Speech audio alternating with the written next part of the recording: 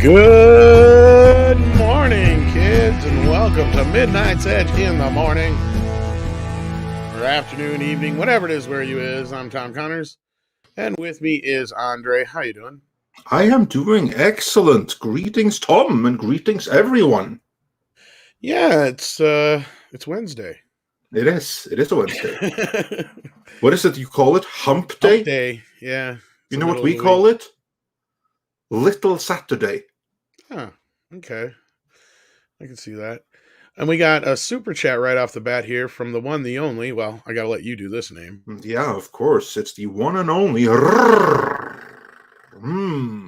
who was on Toxic Femininity on Monday, and you can catch the replay of that over on our archive channel, Midnight's Edge Live Archives. How's that for an inventive She name? was giving the ladies the run for the money on the Yeah, I mean, who would have thought that can make Mandy blush? But well, it's in the name, I think. I mean, yeah. It's kind of obvious. But yes, welcome everybody. We've got Natasha, of course, whipping that wrench around, so you better behave. But hit that like button. She does like that much. Let's see who else is here. We got Hyper Guyver in the house. We've got the Jazz King. We got Lady Roskelin, who's also a member. Thank you for that. We got Stephanie Janisek watching here, it looks like. We've got Hyper Guyver 2. I think I said that already. Yeah, we got Will Bloom, an American living in Sweden who knows the Nordic traditions. And we also have Dragon Master 360 and Aaron Patel as well. Welcome to the show. Xenomorph. Let's see who else we got here. Apex Comics and Cody Guy. Welcome, who's also a member. Thank you for that. Olaf Van Ness is here. Welcome. Also a member. Carrie's, who's also a member, is here. Welcome. Red Lantern's Rage as well. Donnie Canup is here, and so many more. Welcome to the show this morning. I know a lot of folks are over watching the trial, but for those who want to get away from that for a little bit, welcome to Midnight's Edge in the morning, and we're going to talk a little Spider-Man and other stuff. Well, there isn't a whole lot going on. Yeah, so it's a good day to watch trial, but do that afterwards.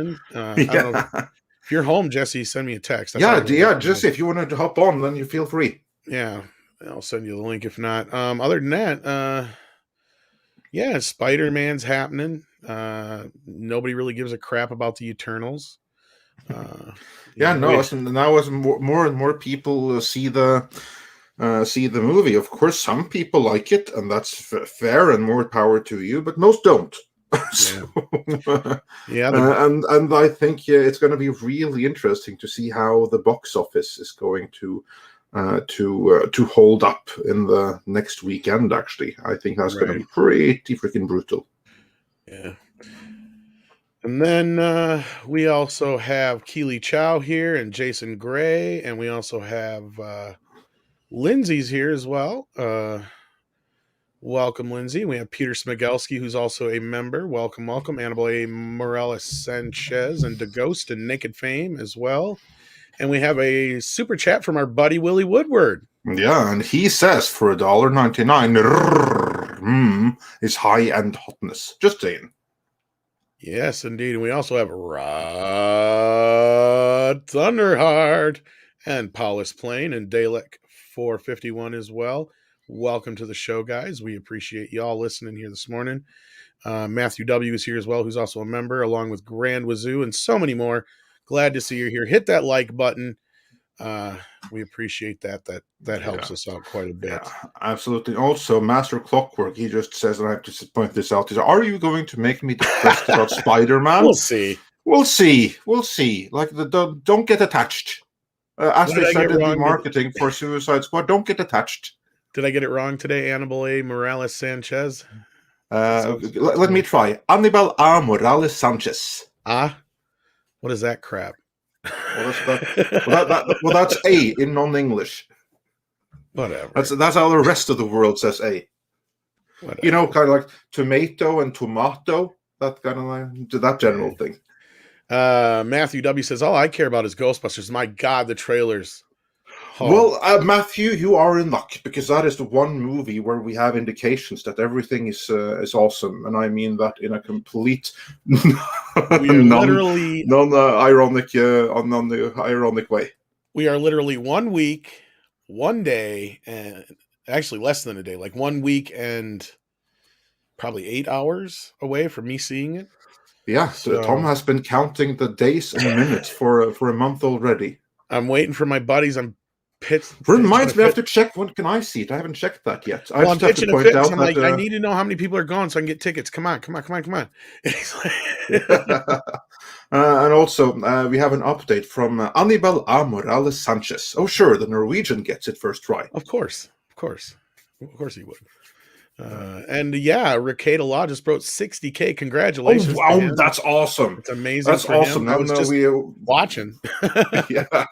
I'm a wrench over there, so I was telling everybody to hit the like button. I wanted to. Yeah. I couldn't get the thing that, of course, nobody would see me, but like if the chat would have slowed down for 2 seconds, I was like, everybody, real quick, hit the like button.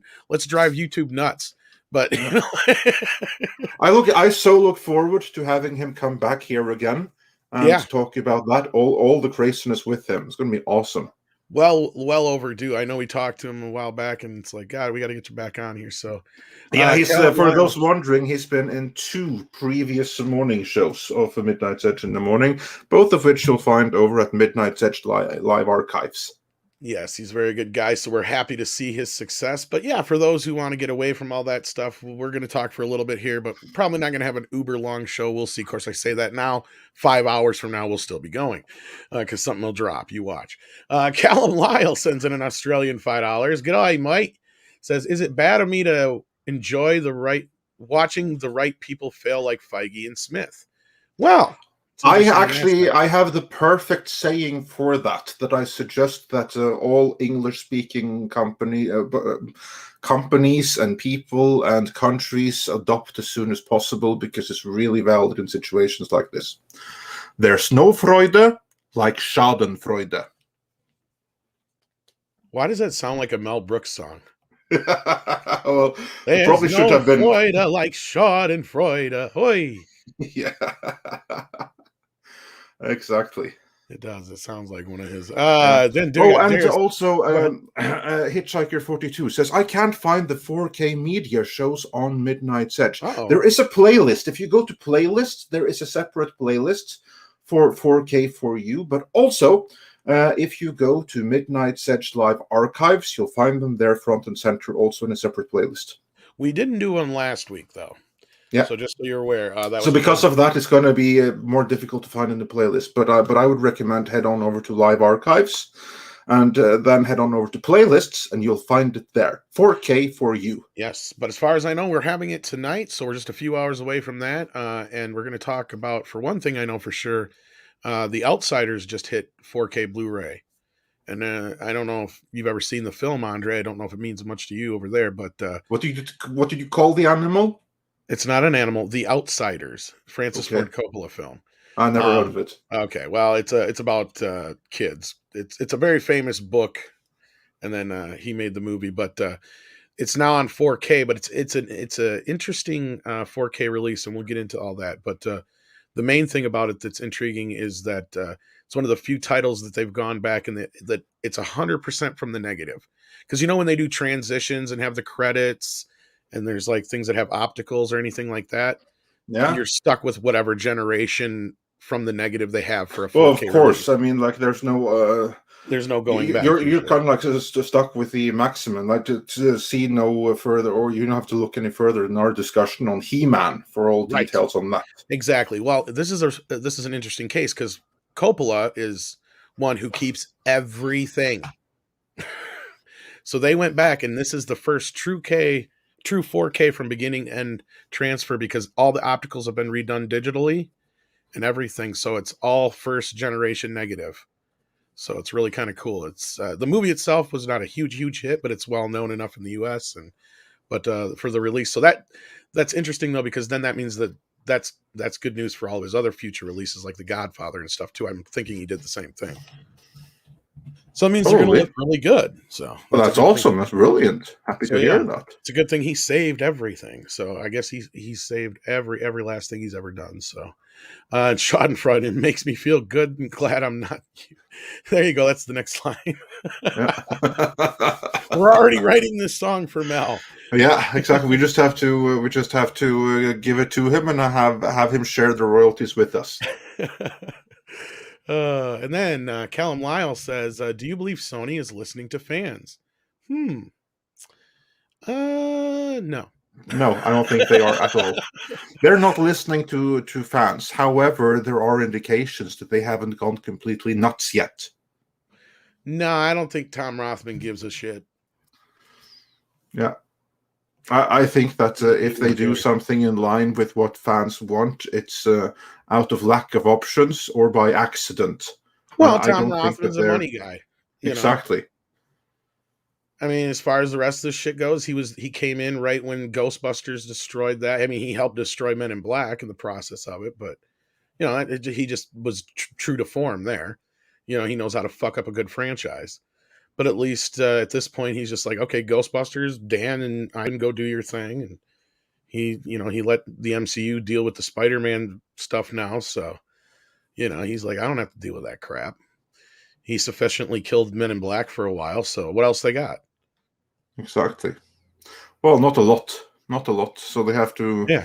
They really have to work with what they do have. No, And that's also, good for him because then he can just yeah, keep it is. bringing, keep It bringing is. in his directors and independent films and making a bunch of money off them, and he'll Yeah. make Baby Drivers and stuff like that, and just keep doing that. Exactly. I mean, that's the thing that he's actually good at. So let him do that. That's the beauty. But we will be talking a little bit about Sony and Spider-Man here in just a minute or so here once we get caught up with these super chats like this one from Spider Unlimited as well. And of course, thank you for that super chat and donation. Let's piss off the Mephistopheles. Mephistopheles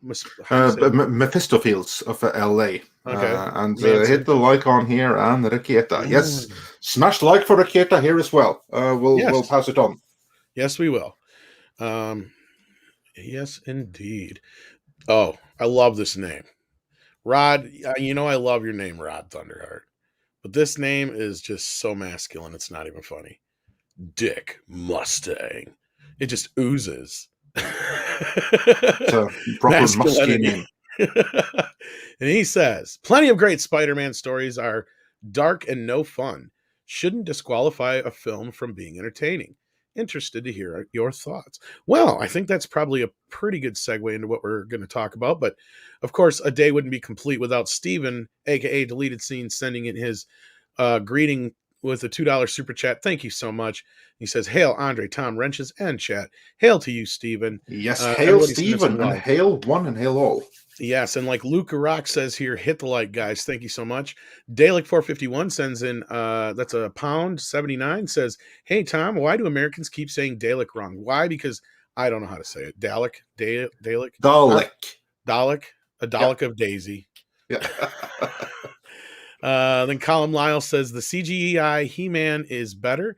Trust me on this, Clownfish TV is supporting it. I never doubted for a second that it would be. You know why? Because it's written by Rob David, I think his name is. Well, Rob David, I don't know too much about him, but I do know that from a sheer writing perspective, he knows his He-Man. And yeah, I know it's a complete reimagination. It's not for us. It's like Power Rangers, whatever crap kids are into these days. They all need to get off my lawn anyway.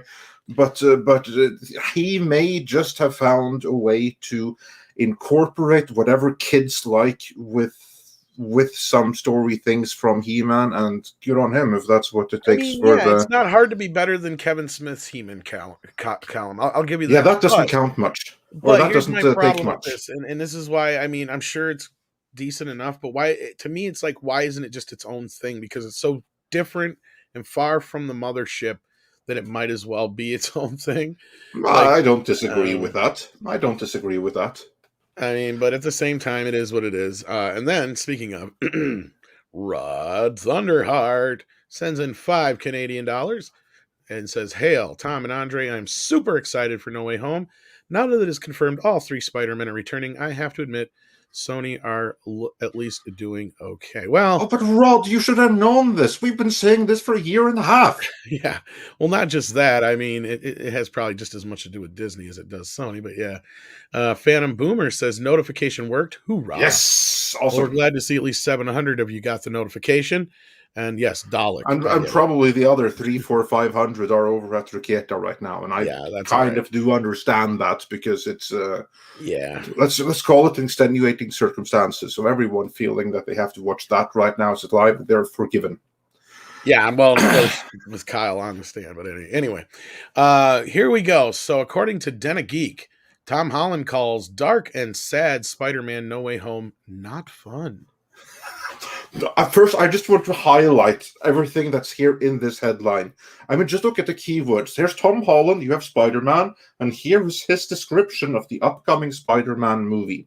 And let's just reiterate, this Spider-Man movie coming up now may be the single most important Spider-Man movie for Marvel Studios ever.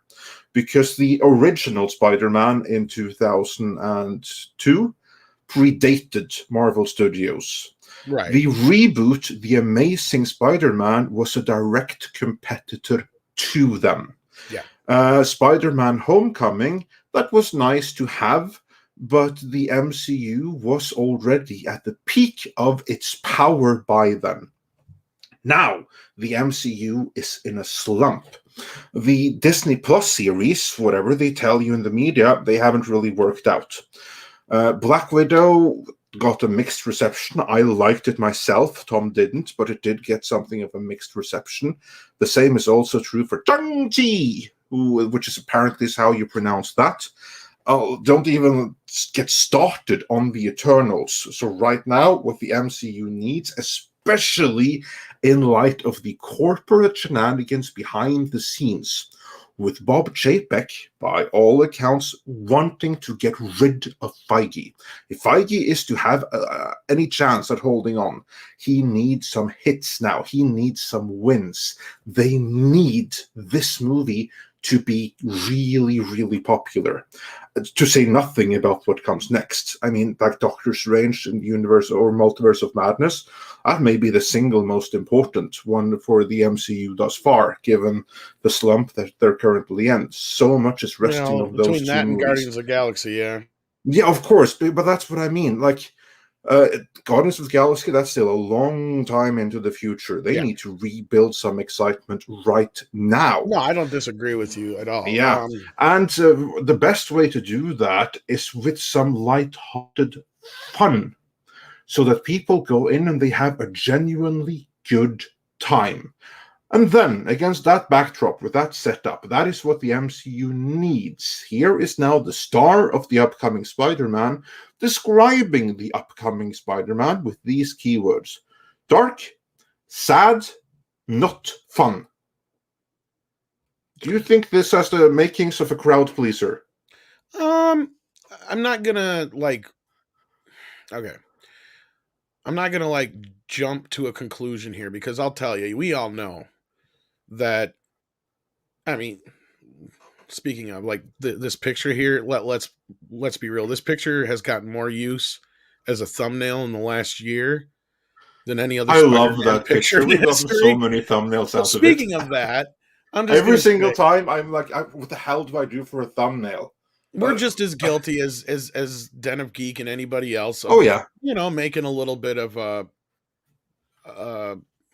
I wouldn't say hyperbolic, but a little bit having some fun with a headline, right? yeah. Like, a little bit of, well, this is going to grab your attention, isn't it? Exactly. Now again, we're gonna read this here quick, I'm sure, but I'm not gonna freak out. I know that this is something that's gonna lead into Doctor Strange, so I'm not surprised if it is a little bit darker, and I have a feeling it probably will be a bit darker than a lot of the Marvel movies we're used to at this point. Because a lot of that's supposed to spin off into the darker Marvel stuff. Um, in that respect, I can see that. As far as the fun, I'm not so sure what he means. So let's get into the article and see what he. Let's get some context. Hopefully, Yeah, let's do that. says here, Spider-Man: No Way Home has been teasing a cat. Unless you want to read it. No, you do it. Oh boy, has been teasing a Well, if you cavalcade want of to, I universe-crossing can if you chaos, want to. further fueling an uncontained delight of fans who anticipated its expected array of frenetically fun moments. Yet, while promotional process for December scheduled threequel was forced its historical Gabby star Tom Holland to keep an especially tight lid on some stupendous secrets, his most recent comments seemingly slip out a narrative that contradicts the long assumed notion of the film being, well, fun.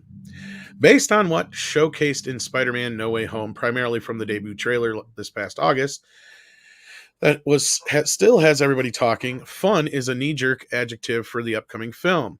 How else can one describe the big screen bonanza in which a screwed-up spell from a Benedict Cumberbatch's Doctor Strange twists movie universes into a knot, forcing Holland's Marvel Cinematic Universe Spider-Man into a skirmish, potentially alongside former Spider-Men Tobey Maguire and Andrew Garfield, with a smorgasbord of villains from previous iterations such as Jamie Foxx's Electro, Alfred Molina's Dr. Octopus, and even Willem Dafoe's Green Goblin. However, in a cover story interview for Total Film, Holland implies that darker dramatic elements will actually dominate the film's tone. All right, here's this quote. What people will really be surprised about is that it's not fun, this film, reveals Holland. It's dark and it's sad, and it's going to be really affecting. You're going to see characters that you love go through things that you never wished for them to go through, and I was just really excited to kind of lean into that side of Parker.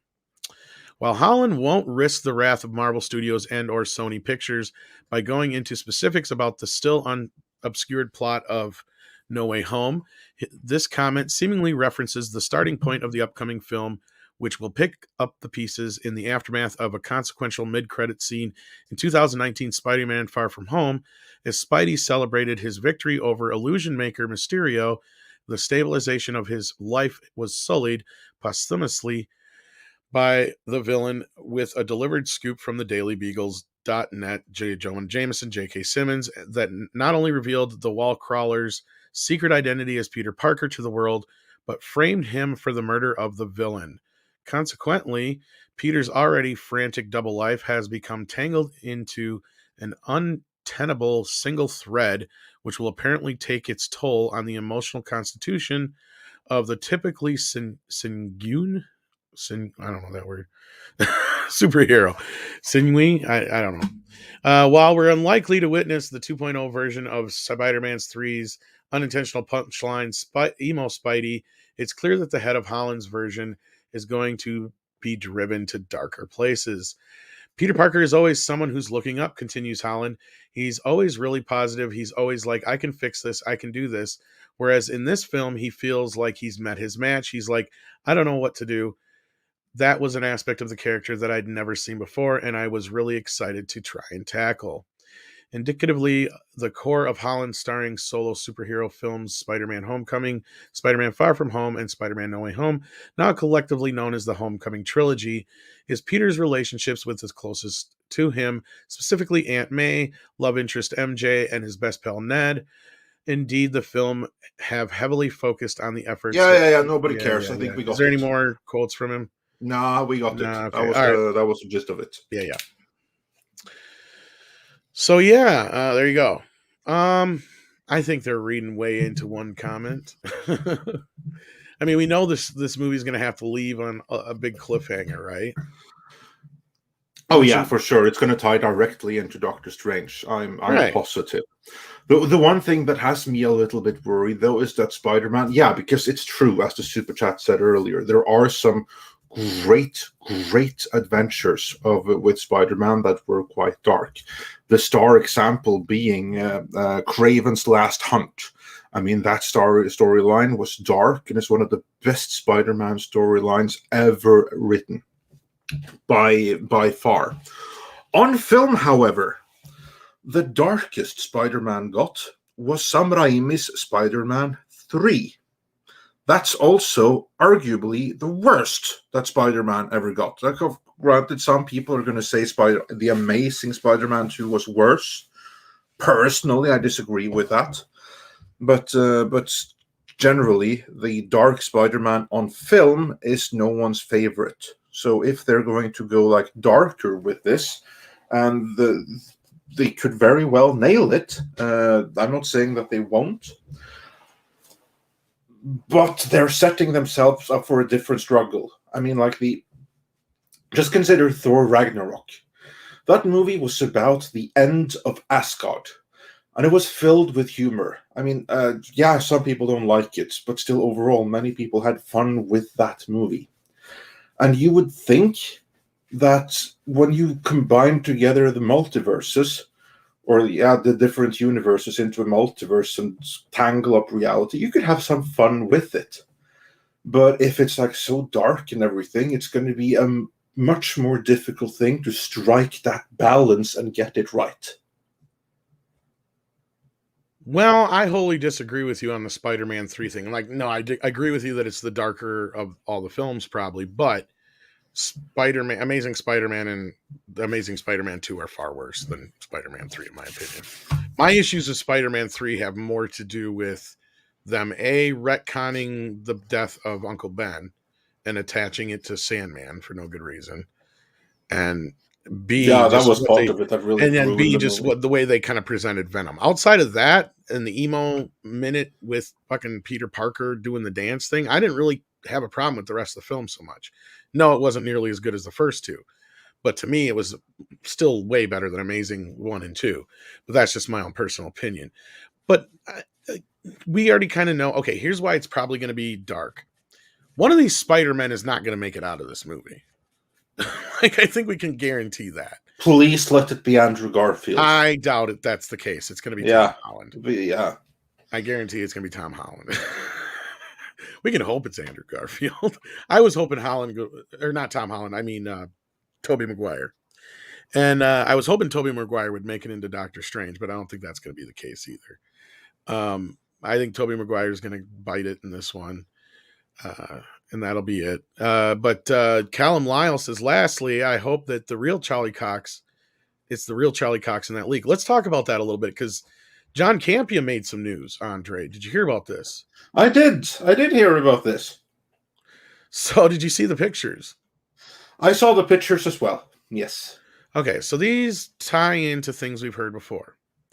Now, I didn't get to see his apology yet, but I heard he made some big apology, and he pulled the pictures, like, I think it was an hour after they were up or whatever.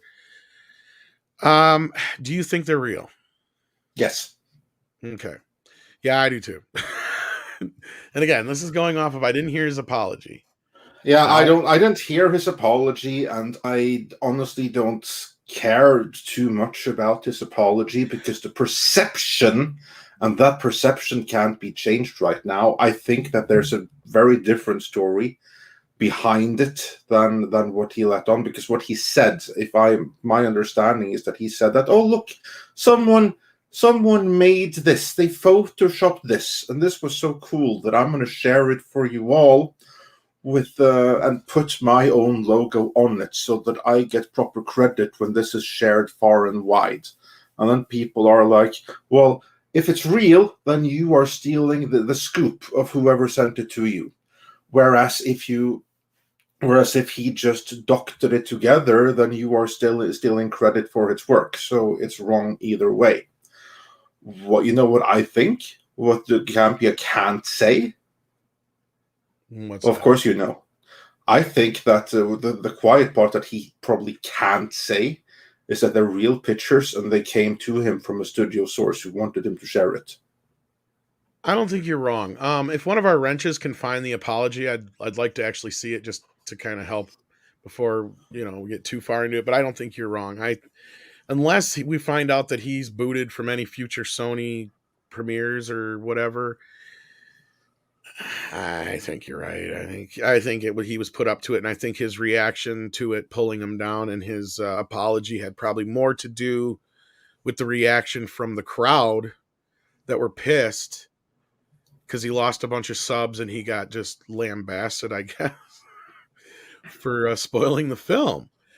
I don't know if it's rightfully so, but the reason I think you might be onto something, or I don't think you're wrong, or I was thinking the same thing, was because it was just a week ago that that one reporter from Variety, I think it was, or actually it was more than a week ago. It was like 2-3 2 weeks weeks ago, whatever. It was right Yeah. before the premiere of Eternals.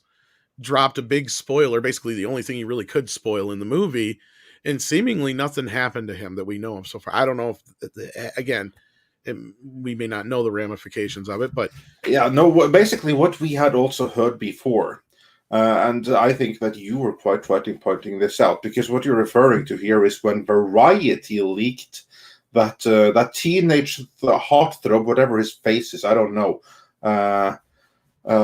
from some group that the kids today like to listen to. They all can get off my lawn, so I don't know. But anyway, Harry Styles or whatever, he's like playing Eros, and this was leaked by Variety or not in a Variety article, but in a tweet by a Variety associated reviewer. Now, this is something that you would think that they wouldn't want out there, unless, of course, they want to create some excitement and make sure that Harry Styles' fan base actually show up for the movie. Right. So that may have or been just a give people sanction any leak. reason to get excited for the Eternals period. Exactly. So that probably was like a sanctioned leak. And following that argument, this is like a point that you made behind the scenes here, Tom, that this could be something of the same. That this could actually be related to the Eternals. Tom, repeat what you said about that. Well, I just said that it just kind of seems funny that this happens to Campia and that the poster was supposed to drop Monday, but they ended up dropping it early Sunday night. I feel like they're just trying to distract from the problems of the Eternals and or drum up some kind of, at the same time, drum up a little bit more interest in seeing that film, because they're like, oh, you know, it's leading into this one, because that's what Marvel does, right? And that's what they've always gotten credit for from everybody. So it's not like it's a secret. And Kevin has flat out said it, like his whole thing is to try and make you have to see everything, right?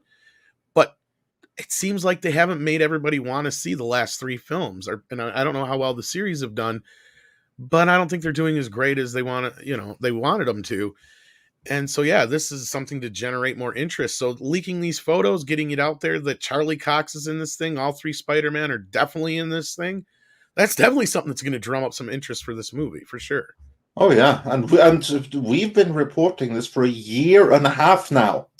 Actually, we were the very first to report that. I'm proud to say. No, we were the first to report that the contract was signed, but we were the absolute first to report that all three Spider-Man was going to be in the movie, by way of them all being in talks. And to be clear, we got that scoop from Mikey Sutton before he created his website Geekosity. And So very happy to say that we were first there. Brings that up right here. It says, "Hail, Andre and Tom. Yes, you guys reported, but it's nice that your rumors are double confirmed. I'm looking forward to Sony MCU." There you go. And then again, there could be other factors to what Tom is saying here too to this. I mean, it may not be so much that we lose Tobey Maguire's Spider-Man. Maybe he loses this universe altogether, because that's one thing I keep bringing up about the New Deal. The New Deal, even though it only goes so far, and Tom still has to sign on for more of a contract, I'm sure they're going to work it all out. And I feel like with what we're getting out of Morbius's trailer alone, what we got from Venom, Let There Be Carnage, and everything going forward, that a lot of the hiccups in the way of getting where they wanted to be with this are gone. And because that was kind of what we had reported before, and I had heard something similar, that basically Amy Pascal was the one running interference on everything and causing problems. And now that they gotten her kind of more pushed to the side, they're able to use the original characters, and that's why we're getting Doc Ock now. That's why we're getting Green Goblin. That's why we're getting the original versions of these characters that we know. So I'm curious if maybe he gets stuck and plucked into a completely different world where he has a different MJ and a different friend and all this other, you know what I mean? I don't think that's above the realm of possibility. I think that they might be doing something similar to what they did in like the recent Secret War comics, where they basically tear apart the entire multiverse and create one new one with bits and pieces of everything. So suddenly you get the X-Men into our universe by them being flung out from their universe or their part of Earth and getting mishmashed into a new one. Like, who knows? Like, they're messing with the fabric of reality as is. So who knows what stupidity they have planned. See, I didn't even know that. And if that's true, then I wouldn't be surprised, because that's the way they usually do these things. They kind of put them in the comics first to make it so they can go, oh, see, it was in the comics. They've done this a few times now, so that I would not be surprised at all. Rod Thunderhot has another super chat here. It says, do you think Tom Holland was told to say that? Oh yeah, probably. Tom is to the point where he probably only says what he's allowed to say because he got in so much trouble for some of the shit. He's going to have a script in front of him. They're going to say like, okay, here we have 10 lines. Whatever you are asked about the movie, you can pick and choose one of these 10. So commit them to memory, because this or some variation of them is what you are allowed to say, because that's the narrative we want out there. And outside of those 10 lines, he's not going to say anything. So, of course, marketing put him up to say it. And also, depending on, and since this was an interview with Total Film, he might not even have, I don't know the details about like that interview, but very often, those interviews and like stuff like that, the star really doesn't have to do so much. Very often they only have to sign off on it after the fact, and the studio's marketing department do the whole thing for them. Honestly, I'm not saying that happened here, but no, very often that's the case. I'll be honest with you though, Andre, I don't really buy this whole Tom Holland's a leaker. I think it was all set. I think it's all of course, like a marketing thing. Oh yeah. Like sure. I never thought he really actually did spoil. Like I think he was meant to. Like it's all been just played up. I believe the only one who really spoils things is Mark Ruffalo. Yeah, that was a complete fuck up. Like he accidentally left his phone. That I can see as a complete fuck up. But that's a complete. I feel like everything else has been very, very. Everything else has been like scripted and sanctioned and everything. Archangel G says, unfortunately for me, the MCU Spider-Man Iron Boy doesn't cut it. It needs to be contractually a percentage different from an accurate portrayal.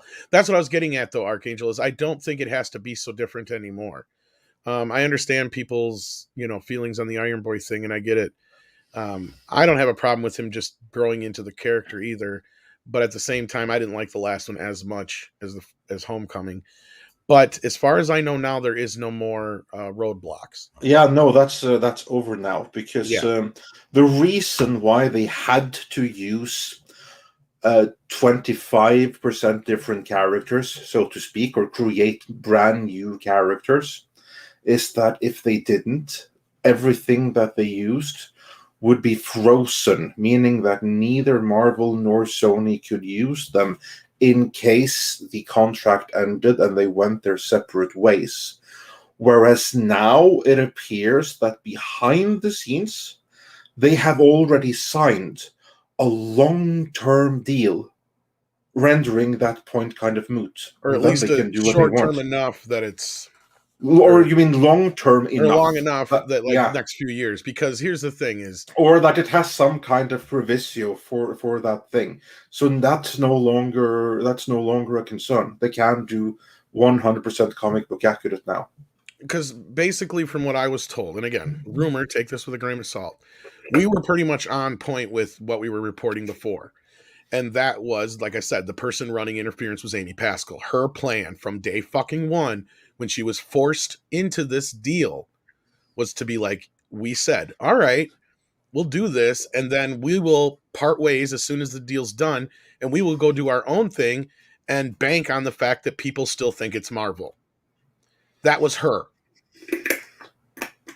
And that's why I think that she is not any longer as prolific in things like once you go see Venom, you'll see what I mean.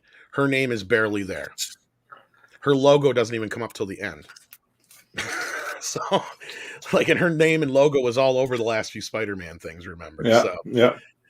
I think that is the case. Mega Wing Zero says Spider-Man No Way Home sounds like a train wreck. It could be. I wouldn't count it out, though. I think that one is going to be pretty decent. I really do. I hope so. I hope so. I don't want to see these things fail. I love these movies. I want them to be good forever. Paulus Plain sends in 200 Norwegian krona, right? Yes, that is correct. That's my currency. I'm glad you have memorized it after all these years. I would think so. Well, there's so many different ones. Some of them are kronas and this and that and the other. I have a theory on why Jack Kirby was not celebrated in Eternals marketing. Yeah, why Jack Kirby was not celebrated. Yeah. Yeah. deeply problematic Jewish white man, World War II veteran. I don't think it's that so much as look at what's going on right now. Marvel knew they were going to have to go to have a lawsuit with the Kirby family and other people. I think that was on purpose. I think it was purposefully based more on the game inversion and all that kind of stuff. And they were avoiding Kirby, and they mentioned him very little. And it was more or less like during the premiere and stuff. And when they did, it was in the most gaslighting terms possible, Exactly. saying that, oh, we love Kirby, couldn't happen without Kirby. That part is true. And this movie pays so much tribute to Kirby. That's complete freaking bullcrap.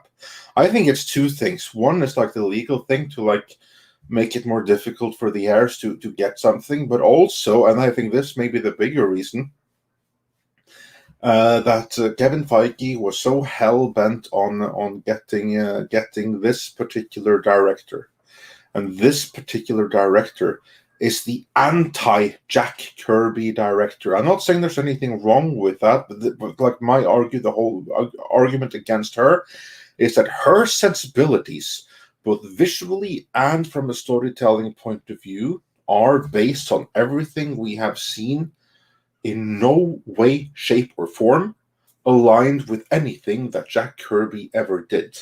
And if you then choose her and you have her reimagining a Kirby property, you're going to be taking Jack Kirby out of that property in every little detail. And that's exactly what happened. Bama Grad sends in $10. Says, "Hail on Tom on Andre. Is Spider-Man No Way Home really a Marvel Disney movie, or is it really a Sony movie?" Tom, glad you sound like you are feeling better after a rough week. You had me worried. No, I just been up for a few hours. I don't know about feeling better, but thank you for that. It is as far as I know, these are now 50-50 pretty much. Yeah. So it's I don't recall the exact percentage, but before it was basically that that Sony hired Marvel to do the movie for them, same as that they would hire any other production company. That's kind of how it was before. Whereas now it's a 50-50 production, more or less. Or it's not literally 50-50, but it's like 70-30 or something like that. Yeah, I think 60 it's like or 40 or something, but it's just something to that effect. But it But all evens out in the end because they're allowed to borrow certain characters, and the same thing vice versa. And basically, Kevin Feige's in complete control of it now.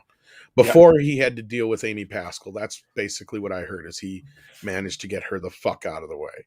That was yeah, that was the blunt Sony's own version. Kathleen Kennedy. Yeah, that was the blunt version. Yeah. Um, and it really is, because that's the only reason she's still hanging around was because of Spider-Man. Uh, so just like I'm sure he doesn't want to deal with Avi Arad anymore either.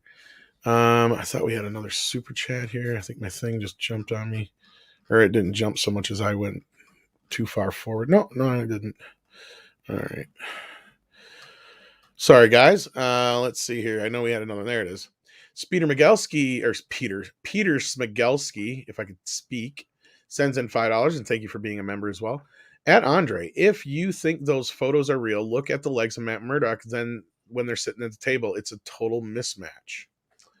Well, there you go. Yeah, well, I think there's maybe some real mixed with some fakery in there. I haven't studied them in detail, but my gut reaction, without having studied them in detail, is that they, at the very least, are highly representative of what we'll be getting on screen. Well, I guess we'll see.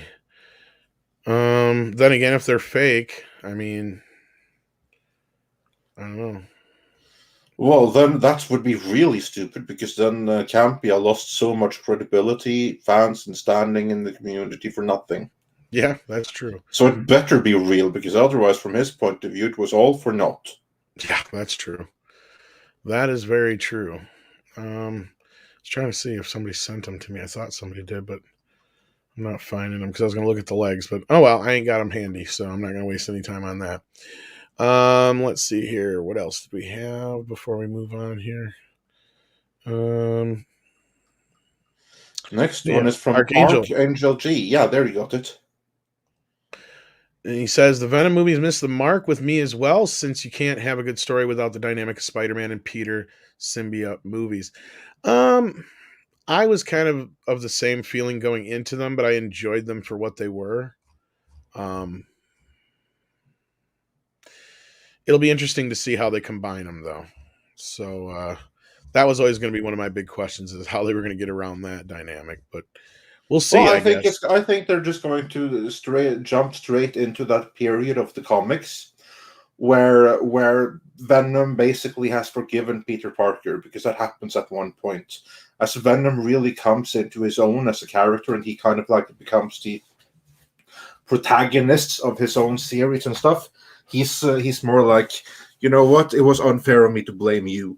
I really was the one that screwed up, and you just kind of like do what you do, and you do a lot of good overall. So I forgive you, and it's always going to be awkward between us, but I'm not going to kill you anymore. I don't know That if they'll happened in the ever. comics, and I'm sure they're Well, going to go straight for a dynamic like that, although it will probably be caused by something else. I think I think what it'll be is, first of all, since since the Venom version and the technically wasn't aware of him till there was what happens in this movie kind of thing, without getting into it with spoiling it for anybody. Um, I think he may discover Peter through the events that happened at the end of the last film, perhaps, and he may report on him. But my feeling is they won't meet each other until there's a Sinister Six movie, and he will have to team up with Spider-Man. Probably is what I'm thinking is the case. But they will probably fight first, though. I think you're right about that. Yeah. But then I think it'll be kind of those two versus the rest of them. I think Uh, it's going to be a standard, those two, and then they have to team up against the greater evil. that's what I mean. Yeah, like Yeah, against the Sinister Six, exactly. yeah, Yeah. yeah, yeah. And then HBP says 4K Eternals DVD coming with Harry Styles Vogue cover. Honestly, that would not Uh, surprise me, but luckily, that is what custom covers are for those that still plan on getting the movie, which I don't. yeah. Yasar Anasari says, do you think we'll see Venom in this also? Any symbiote action? No, I don't think we'll see him yet. I don't think we'll see them together, and like I just said, until Sinister Six. I think that's the case. And Jason Gray, I think you're right. That's what we're talking about here. I think that this whole thing's been orchestrated. I think it's just cheap marketing and exposure. They can get it for free, And then yeah, Mecha J says Amy KK Pascal. I got the picture that I have that I get the most use of with those is those two together. I tell you, this great picture of them together in all their glory. Then we had Ani Baka say, "Do you think the release dates for these films will be pushed back for months from their original release dates? Was a blessing for the MCU." Um,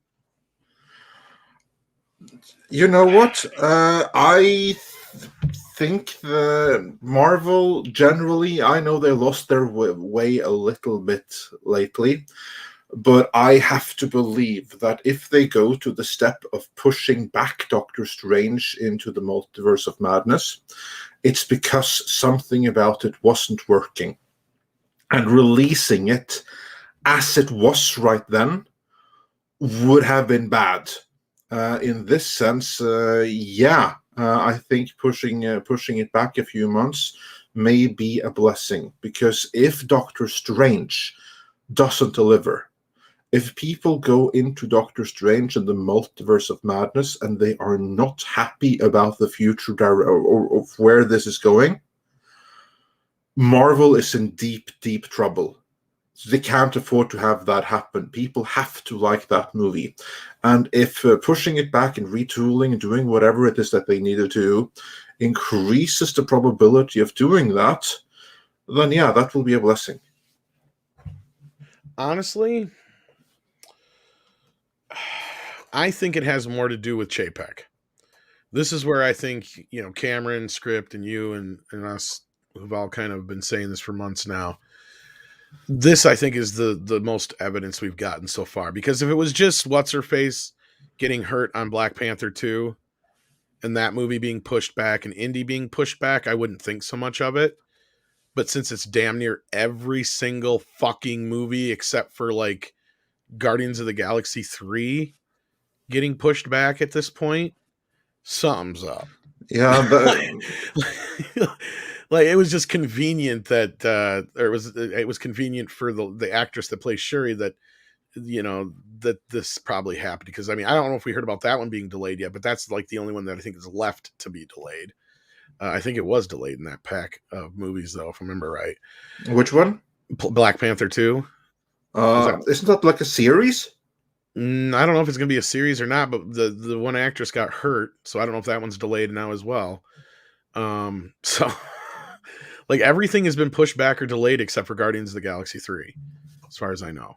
Unless I'm missing something. That is true. I honestly I don't even remember. The only other one I'm not so sure about is Black Panther 2. Yeah. Because I heard they're still shooting, but they're shooting around her. So I don't know. As far as a blessing, I think it is Chapek saying you got to fix this shit. Now I know honestly, I hope so. I really hope that I think it actually, I believe it may be true, because remember, what was it that Kevin Feige said when he finally spoke out about Chapek? He said that this guy is not to be underestimated. Exactly. And he's gotten to the point where he now can deliver some very clear, actionable notes. The only notes that he's going to be like giving right now probably are like for really distant future things, but he's also going to be giving notes for in development things, like for instance Doctor Strange. It could be that he said that, you know what, this storyline right here in Doctor Strange, that's too woke, or I don't like that, fix it, get rid of it. You need to delay the movie to do it, well then do it. You know, it's funny that I don't know if this is true or not, but Tom Holland did come out and say something yesterday, or came out yesterday anyway, something like to the effect of, and I'm paraphrasing here, but he's like, I've been saying all this time that Tobey Maguire and Andrew Garfield are not in this movie. And sooner or later, people are going to have to believe me. So I'm positing right now, what if both of these photos are fake that Campy had dropped, and neither one of them are in this fucking movie, but it does set them up in that case, he has set himself up for and being the movie Doctor to Strange. fail so badly. But what if I'm just saying, what if they don't show up till the very end, setting it all up for Doctor Strange? That could be. That absolutely could be. But still, I think such a fake out would not be appreciated in the slightest. I hear you, but we got the same fake out already with Quicksilver. So. Oh yeah, and you saw how well that went. But yeah, so we'll see here. I think I have a lot of faith in Sam Raimi for one. The fact I used to before Spider-Man 3. Because that was one thing I said, well, even Spider-Man 3, I don't care, because that was all pressured onto him. Yeah, well, here's like the thing, that what was pressured onto him was Venom. Outside of that, the whole Sandman stuff, that's what he wanted to do. The stuff that you don't like about it, this thing with Sandman, that was all Raimi. Can't even blame Avi Arad for it. You sure it wasn't one of the writers? Well, if it was one of the writers, then Sam Raimi would have had the power to overrule it, but he didn't. Should have, but regardless, I'm still not too worried about it, because like I said to you before we learned all this shit, it's like, you don't bring Sam Raimi in just to direct Doctor Strange 2. It just doesn't make sense. There's something to that. There's got to be much more to it, especially the way the other director left. Freakadelic says, I feel all Spider-Man films should have leaned into Halloween feel without usual decor and gothic bits. And I don't mean anything cosplayable Halloween. Such a quasi theme really helps with a schlocky and fun feel. Yeah, I get you with like the Green Goblin kind of carries that kind of especially with the pumpkin bombs and all that stuff. I think I so wish we could have like a comic book Green Goblin costume. How amazing would not that have been? I saw I wish that was okay. There's one thing I disagree with Raimi on why he ever decided to cast Willem Dafoe, who literally looks like the Green Goblin. If you just paint his face green. You don't even need to put a mask on him. Just give him pointy ears and paint his face green. That's all you got to do. Yeah, done. You know what? I remember the first time I saw like a production still, and I was like, that can't be right. There has to be some fakery here. And that was during the production of the original Spider-Man. This was in the year 2000 when the movie was shooting. The precursor to the website that right now is called superherohype.com. At the time, it was called spidermanhype.com, because the whole website was centered around that one movie. And that's how I first discovered that movie was in development. And I'd never been so excited about a movie in development as that, because I couldn't believe the existence of something so cool. Remember, this is like the late 90s, very early 2000s, before the MCU or anything. And then I saw like the stills, it all looked fine, apart from like the on-set picture that leaked of Willem Dafoe in the Green Goblin costume, which was just like a green armor. And I was like thinking that can't be right. There ain't no way they're putting that stupid thing on film. Ain't no way. And yeah, lo and behold, they did. Like, worst superhero. No, I take that back. Second worst superhero costume ever. You know which one is worse, in my opinion? And the only one that's worse? What's that? Green Goblin in The Amazing Spider-Man 2. You know, where Dane DeHaan plays Beavis and Butthead joined into one on the flying skateboard. Yeah. Hey, Peter. Yeah. That destroyed his career. Yeah, no, and then in that one makeup test or whatever it was too, when that leaked out, I'm like, why didn't we get that? Just like, anyway. Ani Baka says, what Marvel project could have worked well with Chloe Zhao? I think Silver Surfer, at least in terms of writing, or Adam Warlock. Honestly, I don't know. Nothing space or sci-fi related whatsoever. Because it's honest, it's too far away from her sensibilities. So no, she would be a horrendous fit for a Silver Surfer. Maybe and she Jessica would also Jones be a or something? horrendous, something like Jessica Jones maybe, but I'm thinking more Marvel. They have like this Western hero, like a cowboy or something. Yeah. That's the one, like this cowboy who was made gay in like a comic book reboot or something like that. That'd be perfect. That would be perfect for Chloe Zhao. Let's see if I can find exactly which comic. Guys, help me out in the comments here. Which comic am I talking about? It's a Western comic, like a cowboy. And in a comic book reboot from like 10 years ago or something, they made that character gay. I think it was like in a Marvel Max imprint. Help me out. Who was that? Caretaker? Because that is some Rawhide Kid. Stony D. Stony D, you get a cookie. That was a poorly named character. Rawhide Kid. Yeah, same with Ghost Knight and the Mekong. Chloe Zhao would be a great fit for Rawhide Kid. Same way, Luca Rox and Sebastian Simonson, they all say it. This is exactly who Chloe Zhao should have made. Like a rhinestone cowboy. Paulus Plain sends in 100 more Norwegian krona and says, please tell us about your take on Overlord DVD Doomcock Intel. Got a whole video coming about it in the next few days. I haven't got to see his recent one, but I can probably guess some of the reporting because it's. I haven't seen. I think that we've been his video too. Either, because I've been busy writing hours. I will admit that I was like, damn it, he beat us to it. That was like my reaction to that. So I've only seen the thumbnail. I haven't seen the video because I'm in the middle of writing hours.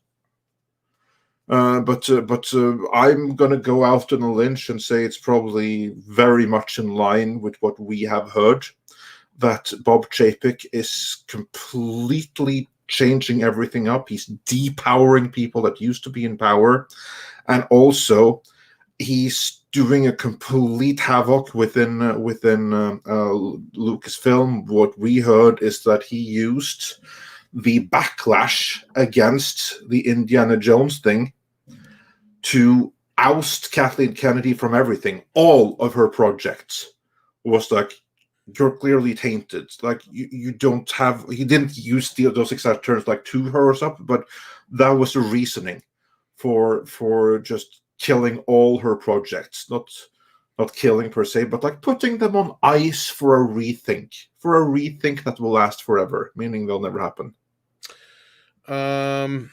Black Wolf Inc. says, could Bob C. make Feige recast T'Challa? I don't want to see a Black Panther movie without the character that has been in their best films. Rip Chadwick. I think they're just going to go forward with the sister, basically probably taking over the mantle, unfortunately, and they'll just have him have died off screen. I have zero faith in the sequel. You know what? Honestly, on that one, I think that Chapek is going to be very happy to let Feige be the fall guy on that one, because no matter what he does, it's going to offend some people. So if I was Bob Chapek, I would be like, on this movie, you need to do that. On this movie, you need to do that. On this movie, you need to do that. But on Black Panther, you can do what the hell you want. And we're going to make sure everyone knows that this is your movie, your call, and you take the fall for it. Well, if I was Bob Chapek, that's what I would do. My suggestion for the film, I feel like, would have been the best way to go about it, and there were still people that disagreed with me on that. Not like I'm any authority on that, but I just feel like my take is like the best way to do it without upsetting everybody.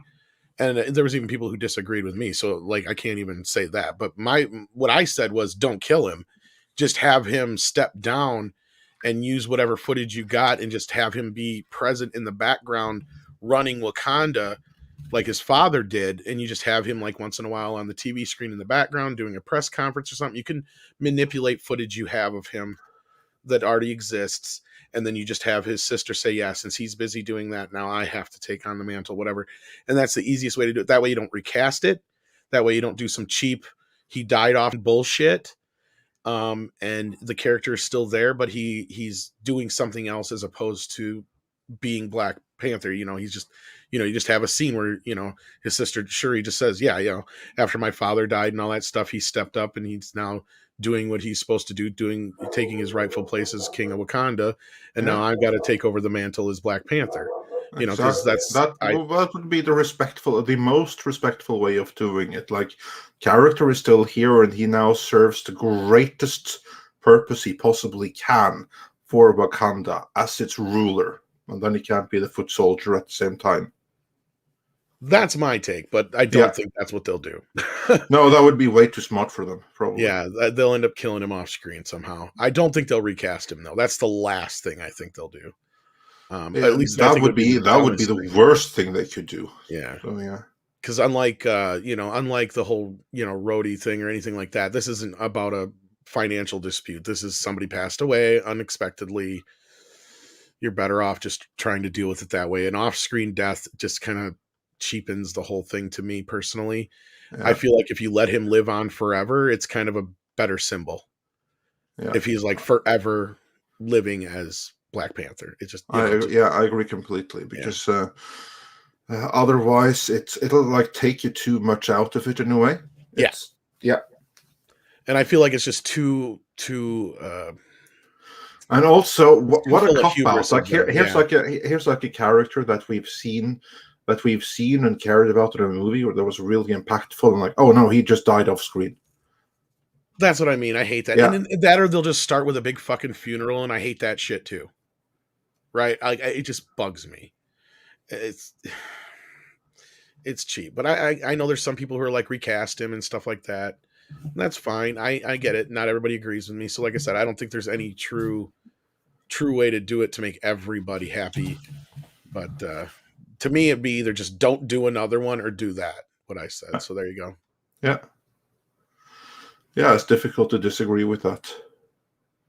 And I'm not saying nobody should ever play the character again. I'm just saying for this iteration, just let it go. And then whenever they reboot or somewhere down the line, 10 years or whatever, then totally different story. But you can here is actually where you can use the multiverse, pick up another Black Panther from another universe. Could, but see, that's where I almost wonder if that's a little, that to me, that would be on that line of disrespect. If they're going to do that with the Spider-Man, they've set the precedent. You're not wrong, but I'm just saying, like you said, though, the whole reason we're in this conversation is there's nothing you're going to be able to do that's not going to offend somebody. To me, that's almost as offensive as recasting the character in general. But that's what I mean. Exactly, as you say, you're not going to police everyone no matter what you do. Someone is going in on this one. There ain't no policing everyone. It's a matter of what do you do that's going to piss off the least. Yeah, somebody's going to get pissed. And I mean, like somebody, who's going to make a big stink about it. Like, it's not going to fail.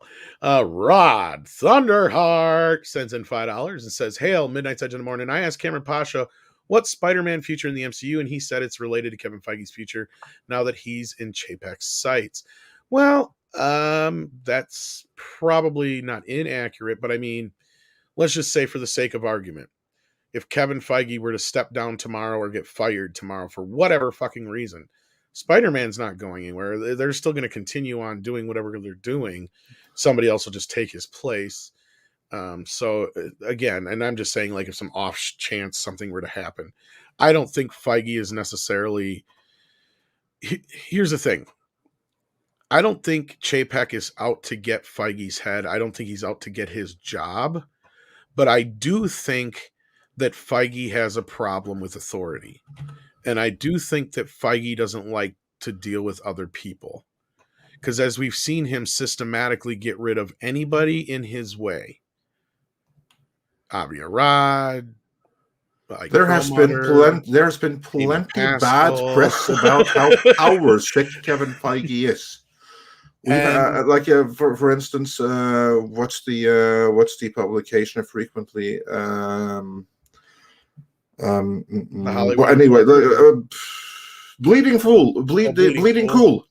Cool. They have done like extensive anti-Kevin Feige articles, and I think that their source was someone in the now defunct Marvel Entertainment camp. And that's because, remember, Marvel Entertainment was the other studio dealing with TV properties that was headed up by Jeff Loeb, and Kevin Feige was able to basically usurp that whole division, get rid of Loeb, and then control all things Marvel. That was him playing some 4D chess all of his own, and he was completely victorious at it.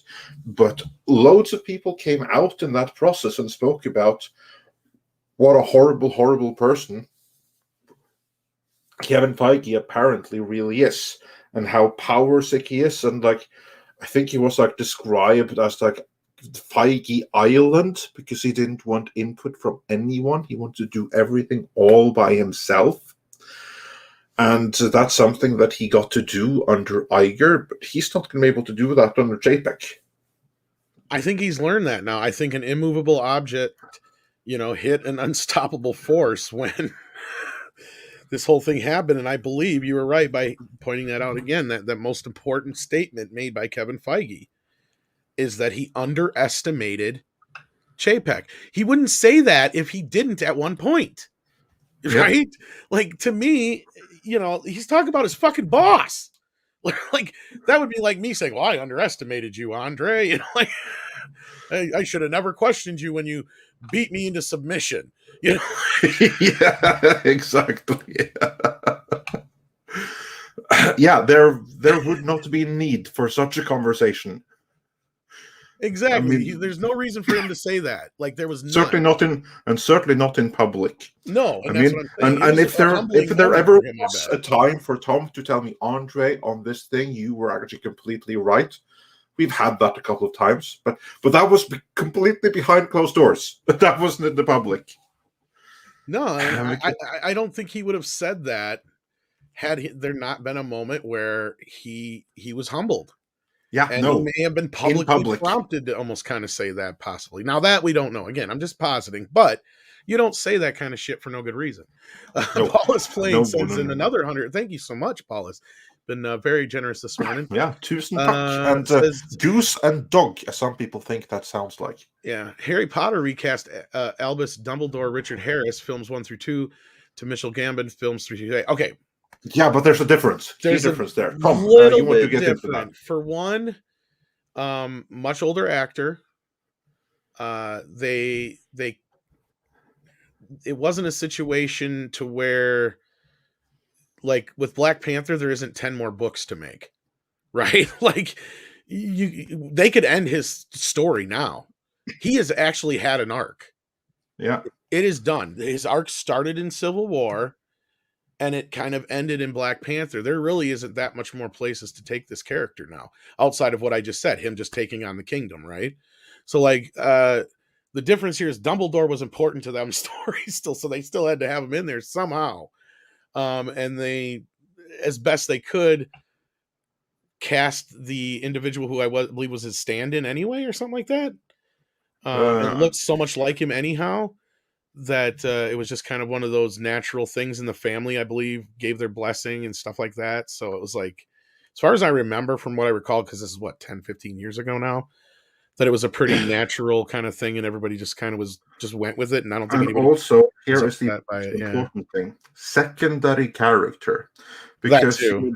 in this particular case, you had an actor that they were planning to use for the entirety of the franchise, but sadly, Richard Harris was a great actor. He was also hardly a young spry, and sadly, he did not make it all the way through the end. And then they went with another actor that kind of looked like him and that could take it a little bit in his own direction. They've done that in the MCU before as well. Like, for instance, of the Warriors 3, they actually recast one of them. One of the Warriors 3 was recast that one guy, the one who looks like the Dread Pirate Roberts, right? Yeah, exactly. I mean, that guy, he was recast. No one noticed, but he was recast. Between the two movies. Then the one, and then you also had the recast that everyone noticed, namely the friend of Rhodes, Tony Stark. Because it's Don Cheadle now, and it was what's his face. Because that's because they picked somebody who looked nothing like the original actor. I'm still bugged by that. They should have gone with Cuba Gooding Jr. because I think that Don Cheadle, he's a great actor in his own right, but I did not believe. I think it was Perlmutter on that one. Yeah, of course, it was Perlmutter. Apparently, that's what had been told. He was like, I'm quoting Perlmutter here. He was like, he's black. Put him in there. Yeah, exactly. He's black. You can't tell the difference anyway. I was Perlmutter. His agent gave us the cheapest bid. Put him in. I bet you. That was like the worst recasting. But yeah, like this has been done before. I bet you he got that part because Don Cheadle's agent was the best wheeler and dealer and gave him the best deal. And Perlmutter's like, who will care? They're all black guys. The joke is, folks, for those who don't know, Perlmutter was notoriously racist, but I don't know how true that is. But anyway, at least that is what we have been told by Kevin Feige and Bob Iger. It could be that they lied. Quite a few others besides. Yeah, well, then they probably were right about that. But yeah. 1 hour and 7 minutes in, Troy Pacelli says Andre beats Tom. Andre could probably beat me at most things, especially Sega. Well, that depends on the game. And I'm not going to even try to pronounce this game name, but at the end it looks like JL, so I'm just going to say JL. Okay. Could it be Cesario? No, I have no idea. I can't read that. But anyway, is that Klingon? Maybe it's either Klingon or like. Okay. You know what? We're going to assume that it's Klingon. Kapla just sent us for British pound super sticker. So thank you so much for that. Tom, what is thank you in Klingon, or do they not have a word for it? I don't know. That's a good question. I'm sure. I think they've told us before what the name is too, and I can't remember. I know they'll probably say in a second here when they catch up. Grand Wazoo says, "Yeah, Andre beat him into submission. He deserves it. Love you, Tom." Well, he's the only one who could. Sean Carter says, because if it were the other ways around, if Tom suddenly beat me into submission, paychecks may stop coming. So well, not just that, but normally it's more than just that. So I feel like I can at least generally say how I feel. Well, in all seriousness, yeah. Like, I generally, if there's something I don't like or something that I feel like we're not doing right or whatever, I feel like I can voice my opinion without persecution. And I know, and I've also been very clear. If there's something I miss, if there's something that we're about to put out something that's going to backfire because I missed something, then give me pushback. Because that's how good decisions are made. You need a naysayer. You need someone that can tell you, you know what you're playing right now, it ain't going to work because of this. I need to take that seriously. Well, great example is I was kind of more my boots on the ground with the Kong Godzilla type stuff, because I gave you quite a few like angles on it that you didn't quite originally grasp. I think, like especially, the reshoots plus the toy factor. Oh yeah, absolutely, absolutely. And Sean there's Carter, been plenty other examples as well. I mean, that's what teamwork is all about. exactly. And Sean Carter sends in $5, and thank you so much for being a member as well. Black Panther should be race swapped and played by Eddie Deason. I'm the Black Panther. Yeah, if JPEG ever wants to see Hollywood burned to the ground by rioters, then yeah, he could mandate that change in there. Eddie Deason or Emo Phillips would be great. I'm the Black Panther. Do you know who Emo Phillips is? Nope. No, you ever seen UHF? Nope. Okay. Oh, okay, yeah, of course. I've Weird Al seen Yankovic? UHF, but Okay, he's the guy that cuts his thumb off. That's Emo Phillips. He's a comedian. oh, okay. Like that's his whole bit, is that everything's just kind of like, oh, Drad. No, I cut my thumb off. Like that whole thing. Yeah. And Professor Gray says Andre beating on Tom like him watching Discovery season 2 or 1. Well, we Yeah, or 3. threatened the Geneva Convention on him for a minute. Well, in my defense, I did not make you watch. Make you watch the animated series season 2. No, you haven't. I don't think you made us finish watching season 1, and you didn't make us really watch the short treks. Yeah, no. Why would I do such a thing? And he said close. Okay, so did you actually say the name here? Let's look here. Did I miss it? It's Japanese. Okay, it is Japanese. All right. Okay. I wasn't sure. Well, then the name definitely is not pronounced Kapla, although I think that's a pretty good guess. I don't see any other. Say it again if not, because I can't find it in here. Doubleback again says T'Challa deserves a noble life end. Yeah, and that's the thing. You can't really do it without the actor, right? Well, you can deep fake it with his brother or something. Wouldn't be the first time. Yeah, but that would be like too fucking fast, and like that just makes me laugh. I'm sorry. I don't know. It's different when they die in the middle of making a film. If they die before any film's been shot, I don't know. That's a totally different kind of scenario. Kareen, not Karen, says, Tom, I feel you're a tad bit sensitive at times. Oh, yeah, I am. I'm a sensitive soy boy. Yeah, sure. If some people would be believed. No, I'm just kidding. But you and Andre make a fantastic team, and I truly appreciate you guys. Well, thank you. Thank you. I'm a bit more empathetic than Andre because he's dead inside. Yeah, I'm proud of it too. And of course, hit that smack that like button, like Stephanie says there. And UHF rocks. That is true, Natasha. It absolutely does. A kick-ass film. No argue there. And Naked Fame says never trust an elf. I don't know why, but it's good. That's a good advice. If I were to see an elf, I sure as fuck wouldn't trust it. I don't know about you guys, but all right, let's see here. Do we have any more super chats to get through? I think we're caught up. All right. And I can't believe there's over 1,200 of you guys still here considering. I was not expecting this many people this morning. So thank you so much. I appreciate that. Let's see here. Did he ever tell us how to pronounce that name? Nah, it's going to bug the piss out of me. Well, this is when I'm glad I'm dead inside because I'd forgotten already. Yeah, see? Okay. Matthew W. says it's Finn. No, wow. I wish I hadn't. I'm going to call you Finn.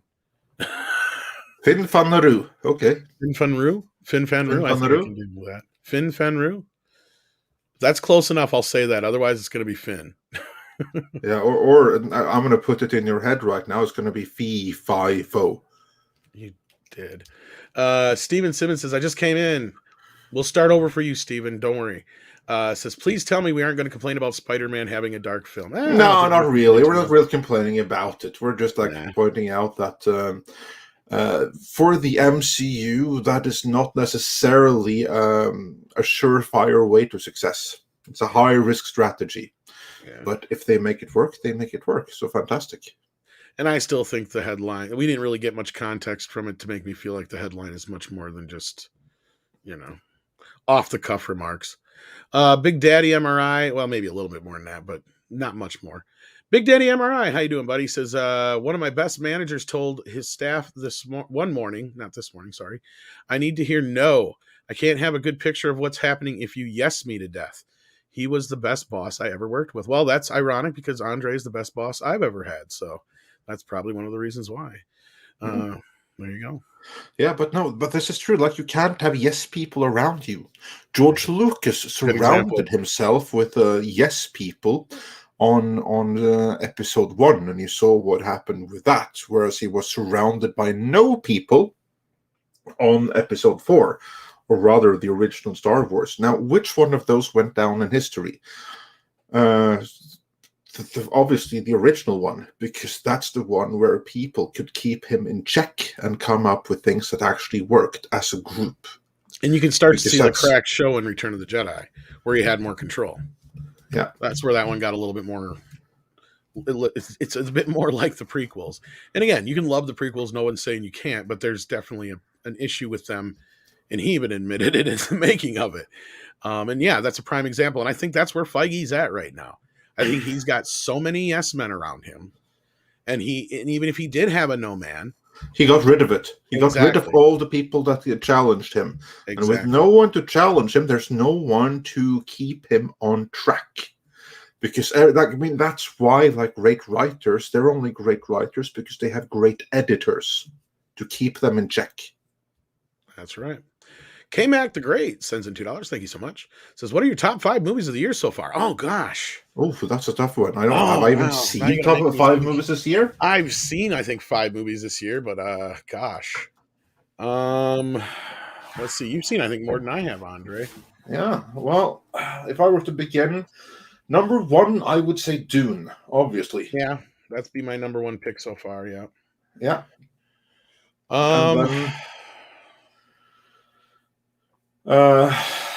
And then number 2. Now is when I have to start to think back, which movies have I seen this year? They all kind of like blend together. There's very few of them actually stood out. The Suicide Squad was pretty good. That was really good. Yeah, that's going to be my number 2. Thanks for reminding me. That was a really cool one. Yeah, that's probably my number 2 as well. And then my number 3 would probably be Cry Macho. Then maybe what was that one? Nobody? Did that come out this year? Or was that? Yeah, that was. I think so. I haven't seen it yet. Yeah, that one was pretty good. And then maybe Free Guy, I guess. Well, then again, I don't know. I did like Godzilla vs. Kong quite a bit. I didn't hate Mortal Kombat, but so somewhere in there, like, yeah. So that's probably the best so far that I've seen. But there's a lot of stuff I haven't got a chance to see yet either. So, there's some movies that I probably would have enjoyed that I haven't got a chance to check out yet, especially some documentaries and stuff. Like, I've been wanting to see the Miyagi documentary and Val. I heard like Last Night in Soho is supposed to be pretty good. I'm sure that by the end of the year, Ghostbusters will possibly, hopefully, be in that top 5. I can tell you what some of the worst movies were probably comparatively. Yeah, that's going to be much easier. Yeah, like Space Jam 2 is probably the worst fucking movie in a long time. That's for sure. Gosh, other than that, I can't think of many other good ones I've seen that were new. Yeah, because that's the thing. Like, I remember many of the movies that I've seen, but it's difficult to place them in a top 5 because none of them were any good. And I see many good suggestions in the chat here. You mentioned Free Guy that I haven't seen. I saw like the Green Knight here in the chat. That's one I really want to see. I haven't seen it yet. Yeah, see, that's the thing. There's a lot of ones I did want to see. People said they weren't that great. Dune, just above and beyond so far. Protege was one that I've heard good things about. I have the Blu-ray. I just haven't got a chance to watch yet. Venom was good, but I don't know if I'd put it in my top 5. I'm desperate to see that. I can't wait to see it. That's not released yet in my neck of the woods, and since it's not out on legal streaming anywhere. Of course, it's online, but that's a telesync, and I'm not going to resort to that. I mean, I have standards. So So yeah, I'm desperate to see that movie. I think that one looks really cool. But yeah, trying to think if there's any movies that I revisited more than once. Because I don't have a lot of time. So when I do, it's generally I try to, make it worthwhile. I'm going to give you my top 3 though, because I can't think of Yeah. top 5 movies that I actually liked. So it's going to be Dune, it's going to be The Suicide Squad, and Tango Shalom. There you go. I haven't seen Tango yet either, though. I want to see Yeah, that. I didn't see that. That was pretty cool. Robert kept promising me send me a copy, but I'll just go. I think it's available on digital now. I'll probably just buy it. So yeah, there you go. Let's see here.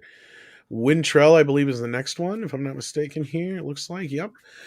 Bring back Michael B. Jordan from the Multiverse's new Black Panther. Same Killmonger, but ruler from his universe. I would pay to see You this. see, that's what I mean. There's something to That's that. one way. That's the way to do it. I heard That's the some way you weird can do rumor it. like that was a plausibility. Now, if that's the case, maybe they could work something out there, but he'd still have to be Killmonger, is my thing. But yeah, I don't think that's a bad idea. STR Red Wolf, Hulk Disappointment, 1,200 plus watching, but 570 watch. Well, let me do this right. Hulk Yeah, Disappointment, 1,200 plus watching, but 570 likes. Hulk smash that like button. Don't kick stuff. yeah. Smash that like, and you know what? I can change my list to top 5 now. Yeah. Yeah, my top 5 for this year. These are not necessarily movies that came out this year, but that I saw for the first time this year. Number 1, Dune. Number 2, The Suicide Squad. Number 3, Halloween from 2018. Number 4, Halloween Kills. Oh, I forgot about Halloween Kills. Yeah. No, so yeah, I actually liked those 2 movies. I really did. And then I guess in the number 5 spot, it's actually a Norwegian movie that I forgot for a moment there. So honorable mention to Tango Shalom, but it's a Norwegian movie. It's directed by Tommy Wirkola. He's the same guy who directed Dead Snow, and it's called The Trip. It's available on Netflix worldwide. It's a pretty cool movie actually. It's about like a married couple. They're both in the Norwegian entertainment industry. She's an actress. He's a director. They're both struggling, and this puts a strain on their marriage. So they decide to go on like a weekend trip together, where both of them, independently on each other, are planning on killing their spouse. Nice. That sounds interesting. You did remind me, though, for a moment there of another movie that came out this year that I did quite enjoy. I wouldn't put it in a major I'd say it's like a 7 out of 10. But you'll remember now that I told you about this. This is a movie you can watch with this is a great date movie or a movie to watch with your folks. It's called Senior Moment. It has William Shatner and Christopher Lloyd in it. It's just a cute little comedy. Made for probably next to nothing. It looks like it was just a little passion project for them. I can't remember the actress that's in it, but she's from Designing Women and stuff. It was a good little movie, and it's a reunion with Shatner and Christopher Lloyd, which is kind of fun. So that one's another one I can recommend. That might make it into my top 5. I don't know. It wasn't quite like top 5 material, but it was a cute little movie. Melvin Belliard says, "Good afternoon, gentlemen. Andre, they didn't just make the Rawhide Kid gay; they made him San Francisco during Pride Month gay. Fans and critics hated it. Oh, they made him gay with a I lip. stand by my conviction that would be a great movie for Chloe Zhao. Cowboys fucking." Mm-hmm. That's the movie that fits her sensibilities. And I saw Rod Thunderhot wondering when Venom is out in Norway. It's actually pretty soon here. It's out on November 19th. Which is funny because it's going to be out on video here before you know it. Yeah. Master Clockwork says, "I can't tell if Marvel is trying to court the Snyder fans or just prove they can be highbrow. But JC, Jesus Christ, are they coming off, or are they turning off their core audience?" Yeah, they're on a huge downward trajectory right now.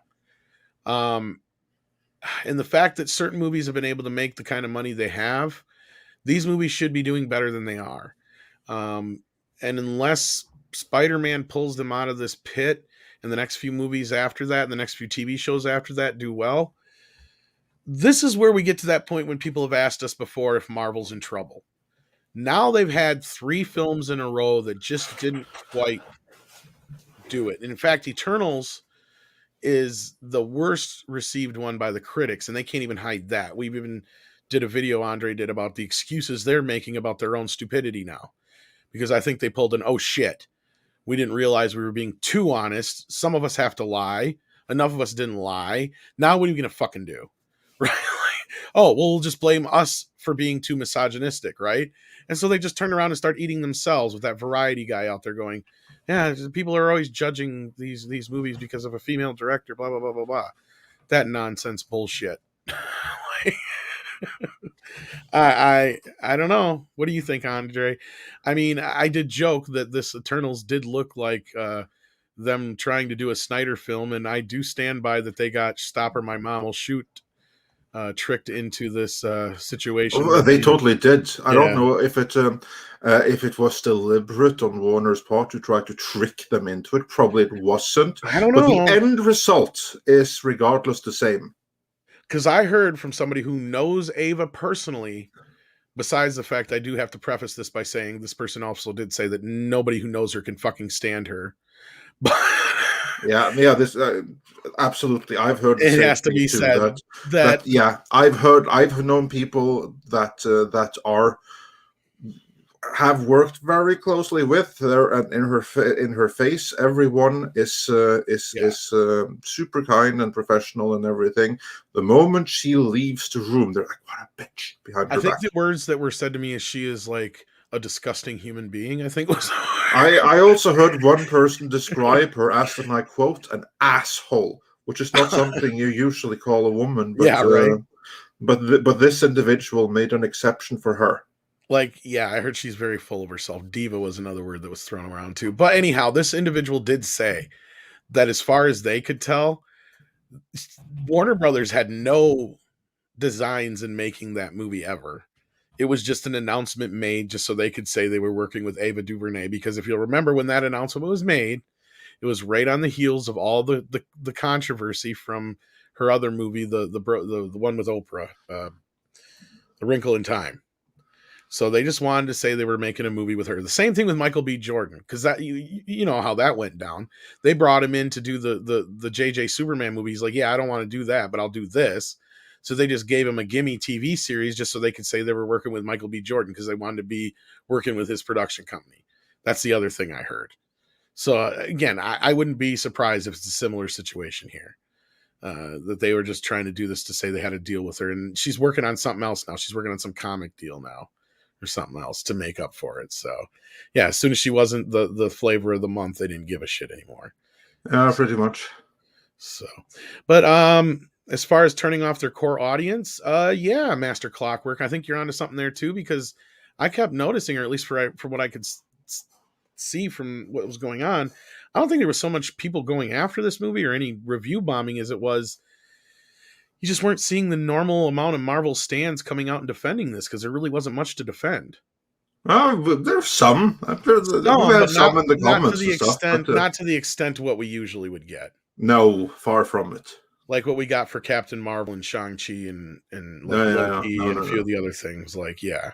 Absolutely not. Which is funny because like you're right, because like the Loki review, that's a prime example of what I'm talking about. Go in your Loki review, even though you give it a good review, clearly though the stands didn't listen to the entire review because they just go after you in the comments. It's like and I like thinking they're if they actually listen to the entire review, they'd see at the end that he does give it a pass. But even that's probably not good enough for him for those who did finish Yeah, it. no, of course not, because I expressed critical opinions along the way and Exactly. pointed out some very dramatic flaws with it. And the appropriate response for Stans is relentless, never-ending praise, and anything short of that needs to be cancelled. And that's where I don't think they're out as much for this movie because I don't think they can defend it. Or at least I don't think they want to. Again, they are out there. There are some, but not nearly to the extent is my point. But we'll see here, I guess. Daryl says, "Hail, Andre and Tom. Thank you both for great content. Well, thank you, Daryl the Derelict, for the $5. We appreciate that. That helps keep the lights on here more than you know. And here's to many more years of greatness. Let's show our appreciation and hit that like button. Yes, hit that like button because you're going to see that dislike button go away. Have you heard this, Andre? Yes, I heard. That seems like very chicken shit. I honestly don't mind the dislike button. I think it's to appease the woke crowd. Yeah, of course. When there's like too many, when the wrong videos get ratioed, I mean, it's a matter of like the content that they like getting ratioed. It's like it's very difficult to like go and manipulate away tons and tons and tons of dislikes on CNN and on trailers Star for Trek. Ghostbusters 2016, or whenever Kathleen Kennedy shows up in anything, whether it be on Oscars. I mean, stuff like that is like so difficult to conceal. So of course, it's much better to just get rid of the whole thing. Exactly. And I'm And sure I think that's and actually I, as a YouTube content creator, I kind of like the dislike button. me I too. like having it there. I don't see a problem with it. I Yeah, see it as completely democratic, or however you want to put it. It should be there. I yeah, know there's exactly. a certain individual who tried to false flag people for bad mouthing him and using his content, but now bad mouths people and uses their content, who will be glad to see the dislike button go away. Of course, we have some But people like that. I mean, we have some other people as well, and also that's like the thing that every time we do a stream, we're gonna have like 3, 4, 5 dislikes instantly. I know exactly who those individuals are every single or time. at least who they're simps for anyway. Yeah, exactly. And then it's like the moment that we get beyond that, then it's like okay, now it's we can Now get it's like real. now it's real. But like the Exactly. first few, I know exactly who are. Like for instance, when we have a live stream or a premiere or something, and you have 5 dislikes before it even starts, we know who that is or who they represent. Or yeah.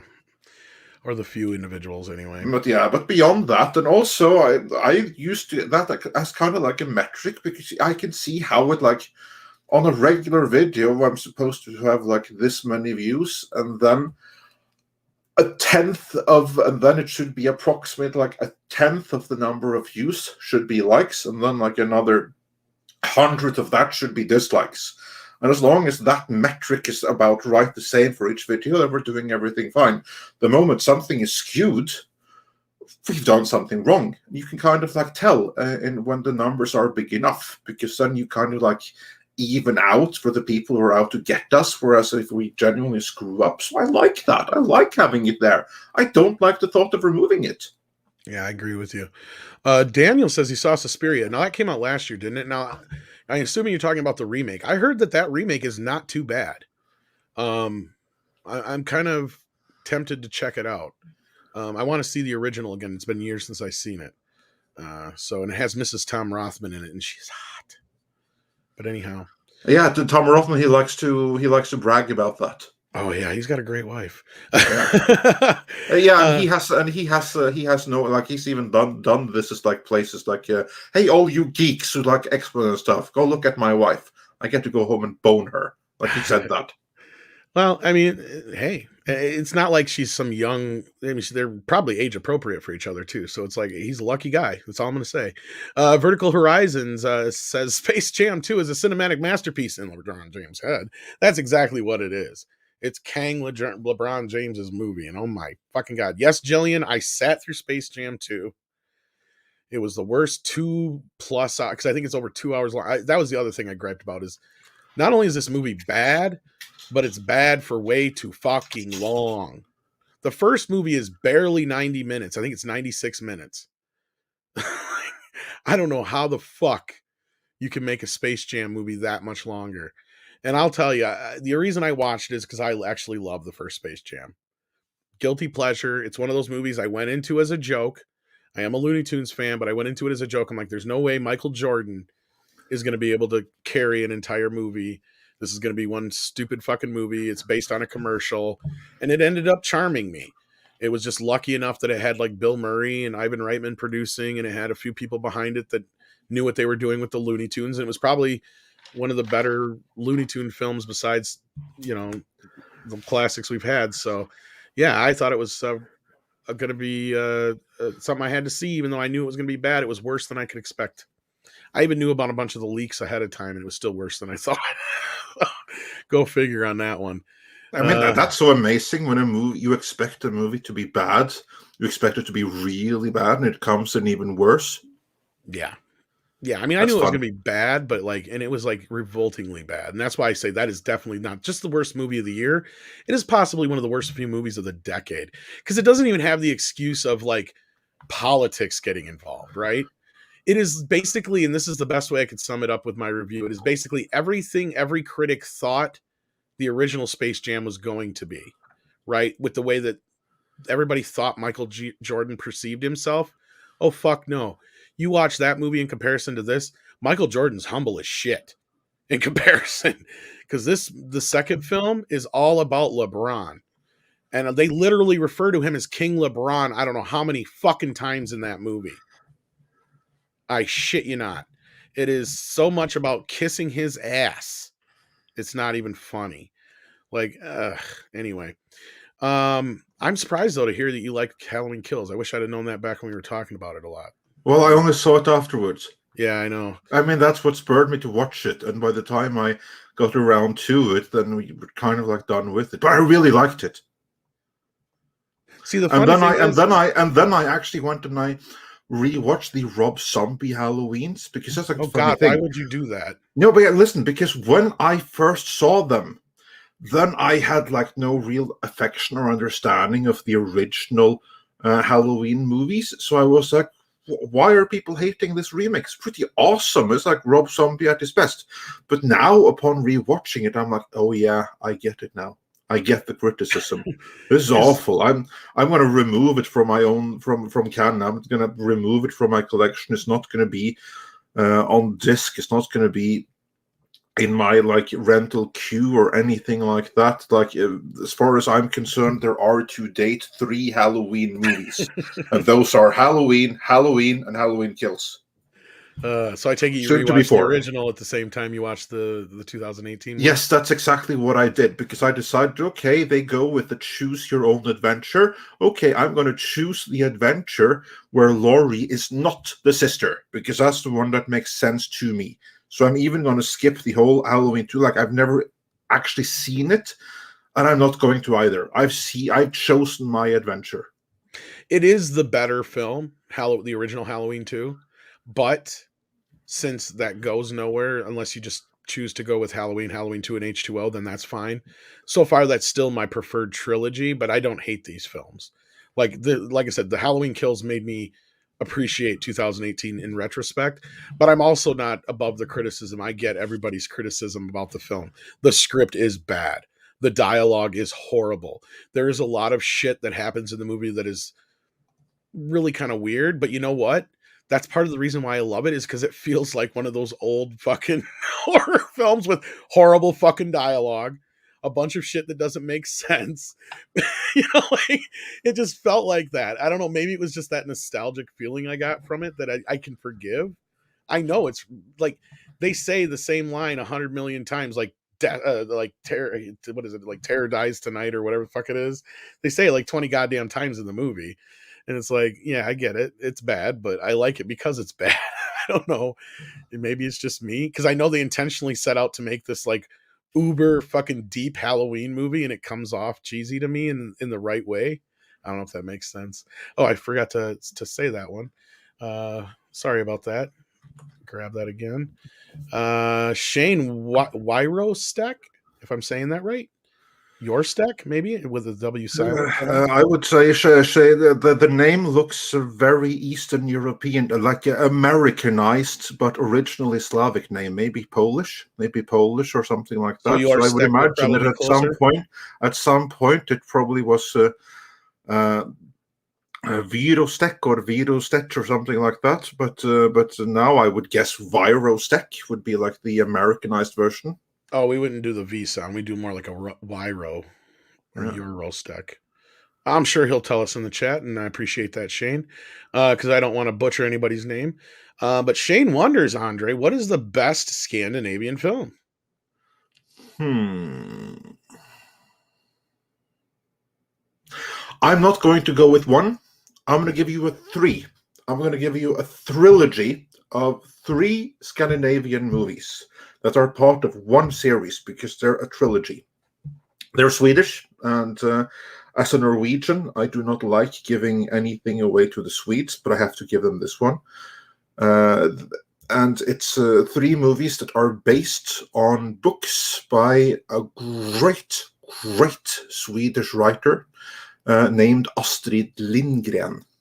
And those 3 movies, I do not know that they have ever been released in the English language world, and if they haven't, that is a great shame because these are incredible movies.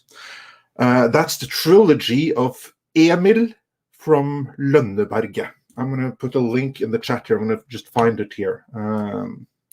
It's about a Swedish boy growing up in Småland, which is rural Sweden in the early 1900s. There's a reference to the earthquake in California, or in San Francisco. So this would place it around 1906-ish. It takes place then. And then you see basically contemporary Swedish rural society from the point of view of a young boy. But through him, you also see the pain and the misery and the poverty and all of this. And these are great family movies. So I would say that they are the best. This is the same author who did Pippi Longstocking, which I'm sure many will have heard about. This is the same author. Oh, I can't think of the name, but I know. Yeah, I know what you're talking about. But Pippi Longstocking is a vastly inferior work. I want to see if I can't find a link here. Yeah, here we go. I'm going to put the IMDb link for the first movie. If you can find those, I cannot recommend the 3 of them highly enough. If you would go with just one, you would go with the second one. So yeah, they're all 3 independent movies, and the second one is the best of them. There you go. Hopefully that helps, Shane. And then we had, let's see here, SJ Shady 0169 says, since Eternals have a rotten critic rating and a positive user rating, does that mean the critics are is and phobes this time? No. Actually, yes. You have like some critics that have gone against the other critics, saying that they are yes, in that respect. Yeah, I guess. But here's like the thing: the positive user rating. Yeah. Here's the positive user rating, and this is the point that I made in the most recent video for an exclusive theatrical movie. There you have to. There you can trust the Rotten Tomatoes critic rating because that is what Rotten Tomatoes is primarily all about.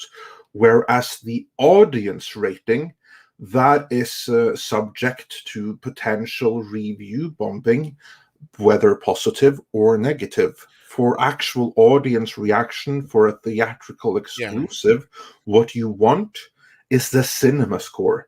Because cinema score is exit polls from the theater, where people are like asked as they go out of the theater, how would you rate the movie? Yeah, and not only that, it can be manipulated because you have to have bought a ticket through Fandango to be able to rate it as one of the viewers. So like there's that whole thing. And another thing besides cinema score, look at things like the IMDb, which now has over 65,000 ratings on it. It's sitting at a 6.9. That seems more like it, right? Like that seems more on par with what we're seeing with the critics. And what the actual reaction to the audience. Because from what I've heard from most people, I've not met too many people who've liked it, right? And even a lot of people who like it understand why people who don't like it, right? Like that's why I don't feel like there's this big divisive fight over this movie too. Like the MCU stands really can't defend it. And those who do enjoy it, they'll admit, yeah, I enjoy it for these reasons, but I get why you don't like it. That's what I keep hearing from most people who enjoyed it. So like, and it's really only been a handful of people who have. I don't know if you've met anybody else who has or talked to anybody about it lately, but yeah, most of the people I've talked to didn't. And I have yet, like Shang-Chi, to meet anybody in my personal life outside of YouTube where somebody has seen it. Right? Like that's the other problem I keep running into with the Eternals again. Nobody cares. So yeah, I guess the critics technically are the istophobes this time, but I was going to speak more to the rating side of things. Like, yeah, the aggregator, I don't even trust that part of it because it's still a little, it can still be manipulated. But I think in this case that this movie was so bad that even with the manipulation they tried, it didn't help. Lars Hansen sends in 50 Danish krona and says, "What would be the best way to save the MCU? My suggestion: retcon all movies, TV shows after Infinity War." You're probably not wrong because I'm not so sure there's really any place for the rest of this to go. Well, the beauty is that they've done like manipulating with reality already, so they can easily do a way to like go back to that and do things right again. Absolutely can be done to kind of like set them back on the right track again. So yeah, I would agree with that. I mean, I'm kind of one of those fans where right now, unless something really cool really pulls me back in, then I'm kind of just like, yeah, tangentially on board for now, but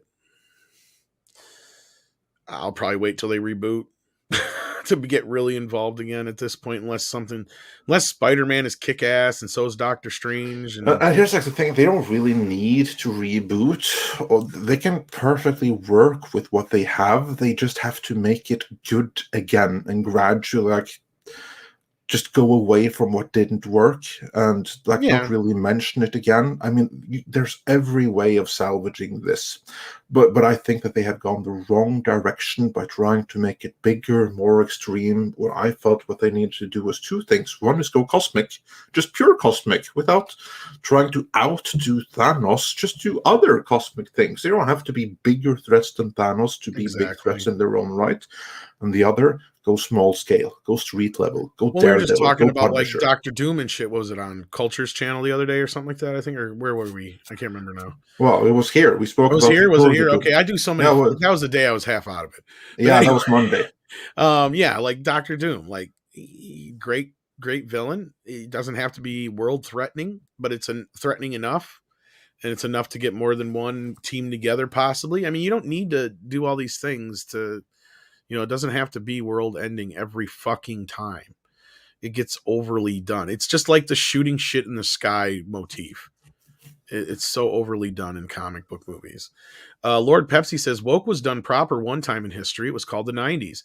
In other words, being open-minded was and still is the phrase 90s folks Yeah, but use. here's the thing. But then you weren't Um, actually woke, because yeah, that's the irony, is that being woke, like so many other things with that ideology, is there's like some level of narcissism where you project, so you accuse others of what you are yourself guilty of. So someone woke is actually someone who is asleep. And there wasn't any wokeness in the 90s because there wasn't this false no, victimhood narrative, and we're going to blame this group for all the no. problems, and we're going to fix it It was all about by equality. turning the tables. It was the 90s was all about like freedom, unity, everybody. That's like what Equality, we yeah. grew up with, Tom. Yeah. Because I know that you had like a hard time with this, like, but we're all supposed to be equal and stuff. To which I would like say that, yeah, no, that was then. That's like the old Yeah. times when we grew up. Now there's no equality. Now it's like back to The closest segregation. thing you had to woke then was the PC culture, which really isn't that bad in comparison. All that was just taking into consideration The fuck, I long certain so things. badly back for the Exactly. PC Like culture. we goofed on it a lot then, but it was like now looking in retrospect, you're right, Andre. It's in comparison, it's like that's how we talk now normally, right? Like it's just Yeah, we try not to be abrasive, we try not to be offensive, and that's kind of what it is. It's like most people just it was all about equality, and it's something that kind of was rooted in the 70s and 80s that came out of the civil rights movement and the women's rights movement. And yeah, you're right, Lord Pepsi, in that respect. In the 90s it was pretty even keel. I mean, sure, there were some things that still needed to be worked on, and nobody's disagreeing with that. And yeah, if you go to certain places in the world and even in the US, there's still some prejudice and racism, but I would call it more prejudice than racism in a respect. And to me, the difference is it's not so much that people are racist. It's just that there's still that, until somebody gets to know somebody kind of thing. Because there's still a lot of area where they're still becoming integrated, right? Like even in a lot of rural areas where I'm from, there wasn't a lot of other than white people, right? Like growing up, it wasn't something I knew until I moved to a bigger city, and then I became more aware of the diverse world, right? Like it just before that, I just didn't think of it. Not that I think I was racist, not necessarily, but I just didn't know what was out there. I just was unaware of it. That doesn't, to me, make me racist, but in their eyes, in the woke culture, that does, because I'm not going out of my way to make myself fully aware of everything out there, or thinking about everything besides white, but I don't think from the perspective that they think that I think from in the first place. So that's where the fallacy is. And that's what Andre is saying, is that woke in and of itself is the problem. And that's why I agree with him when he says, people shouldn't say things like Star Trek was always woke. No, it wasn't. It was always progressive. It was always humanist, but it was never woke. Exactly. And that's the thing, is the entertainment we used to have was never woke in any respect. It was diverse. It was progressive. It could have been a little PC, but I don't ever remember anything woke until the recent years. The closest thing that you have to woke in the original Star Trek is in The Undiscovered Country, where Kirk reveals his hatred of Klingons and how he wants to let them die. That's the closest thing to woke, because he was woke towards the Klingons. Yeah. And let me be clear on the whole, like when I moved to a bigger city area kind of thing, or seeing more diversity and stuff, I don't just mean by like people of different races either. I mean just class differences too. Because And that's a big one. Yeah, exactly. Like because a lot of the rural areas I'm from there's not that much of a differentiation between the classes, as opposed to when I'd move to other areas, and then a clear separation. And that was my first kind of like culture shock to that kind of stuff. And that was, different to me. And I don't know, I know you moved a lot as a kid, Andre. I don't know how much, that kind of stuff affected you, but like, yeah, I mean, that was kind of my first experiences when I first moved at like 8 or 9, and seeing a completely different area where it was much bigger than what I was used to, and a lot of different, classes, not just races of people so much. Yeah. No, what I will share about me is that what changed my perspective was absolutely moving, but not so much moving inside of the country. It was when I moved to England, not because it was England, but because that's when you suddenly see another country from an outside perspective, and then when you return to your own country, and then you see that from the eyes of an outsider too. And that is when you have like the oh shit, aha experience. There you go. Froggy75 sends in $5 and says, "Love the contact, guys. I think it might be so epic if No Way Home opened up like the original Tobey Maguire Spider-Man films. What did you think? Or what do you think? Like, do you mean like the credit wise and stuff like that? I wouldn't be against that. I think it would be a cool little homage if they did something like that. With the photos and how it kind of goes with the webs and stuff like that in the sequels. And, I'd be all for it. yeah, I think it'd be kind of neat. Yeah, that would be super cool. Yeah. I've actually, we talk about scores all the time. That's actually one of the scores I keep forgetting, Andre, is how well the Spider-Man score has been done. It's one of the best I keep forgetting that ever. One. Yeah. Because I love how they integrate the classic Spider-Man theme along with some new stuff, and it feels right. I mean, I guess it's kind of cheating since it's stealing the old Spider-Man theme here and there, but it is one of the more memorable of the more recent film series and absolutely scores, that's for sure. Ani Baka says, "I know I'm late to ask this, but do you think the Eternals was pushed up in scheduling to make competition for Does Then Announce New Gods?" And the then announced New Gods? Yes, that's what he means. Because that's why the movie was made in the first place. Yeah, that's literally why. It's because, and it was the same thing with Captain America: Civil War. I mean, Kevin Feige even later came out and admitted it, that after Warner announced Batman v Superman, he knew that they had to have a response to it. And that is how Captain America 3, which they were doing anyway, came to be Captain America Civil War, which was basically Captain America versus Iron Man. That whole angle came to be because of Batman v Superman.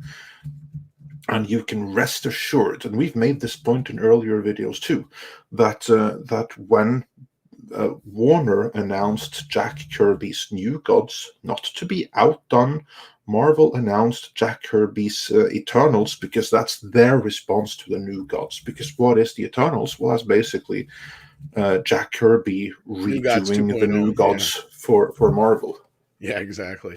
Again, they were hoping for a repeat of Batman v Superman and beating DC at their own game. Of course, this time it didn't happen. No, I think you're 110% right. Because I said almost the same thing the other night or day or whatever it was. And I think that's going to be historically where we go back and look and say this is at least where the Marvel Universe either took a wrong turn or where the trouble started before they righted the ship. Whether whatever happens here in the future, we can't predict that yet. But it is looking like there's two diverging paths that could be possible now, as opposed to even a year or two ago at this time. When the Marvel Universe was just like the worst case scenario was the Captain Marvel kind of situation, where we're like, oh, well, as long as we don't have to worry about too many of those. But yeah, no, now we're looking at a ton of those kind of things.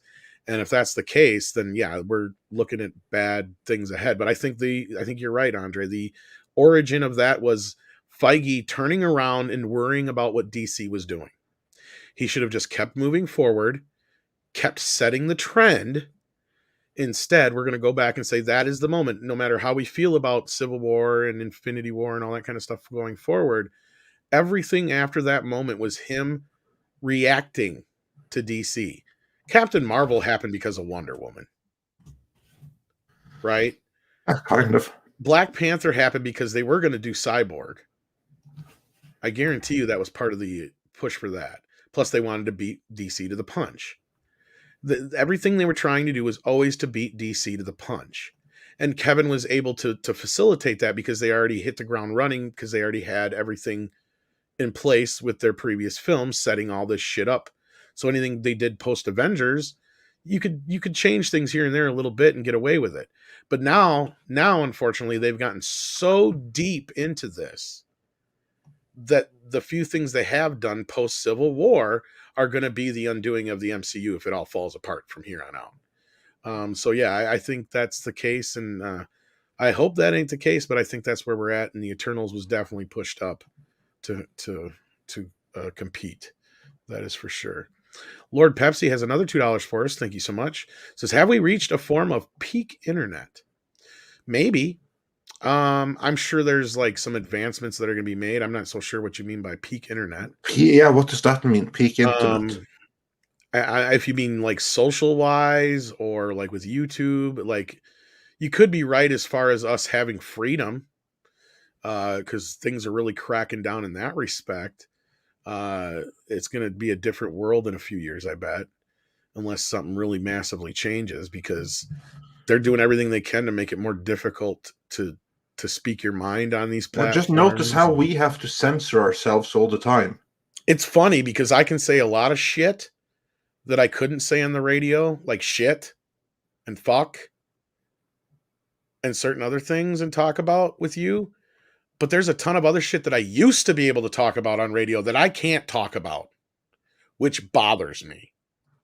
Because that should be my right as a fucking citizen of America to be able to talk about that shit. And the fact that I have to be silenced about it does bother me. Yeah, well, I think you're confusing today's America with the one you grew up in. Because, I mean, I get it. YouTube is a platform, but at the same time, I feel like the same kind of rights that are extended to anybody who's in radio broadcasting should at least be extended to us in that respect. But as far as the other sides of it, technologically wise, oh no, I'm sure we'll advance with faster internet. We got to, because there's a lot of areas that still haven't got up to speed where we're, some of the faster areas are.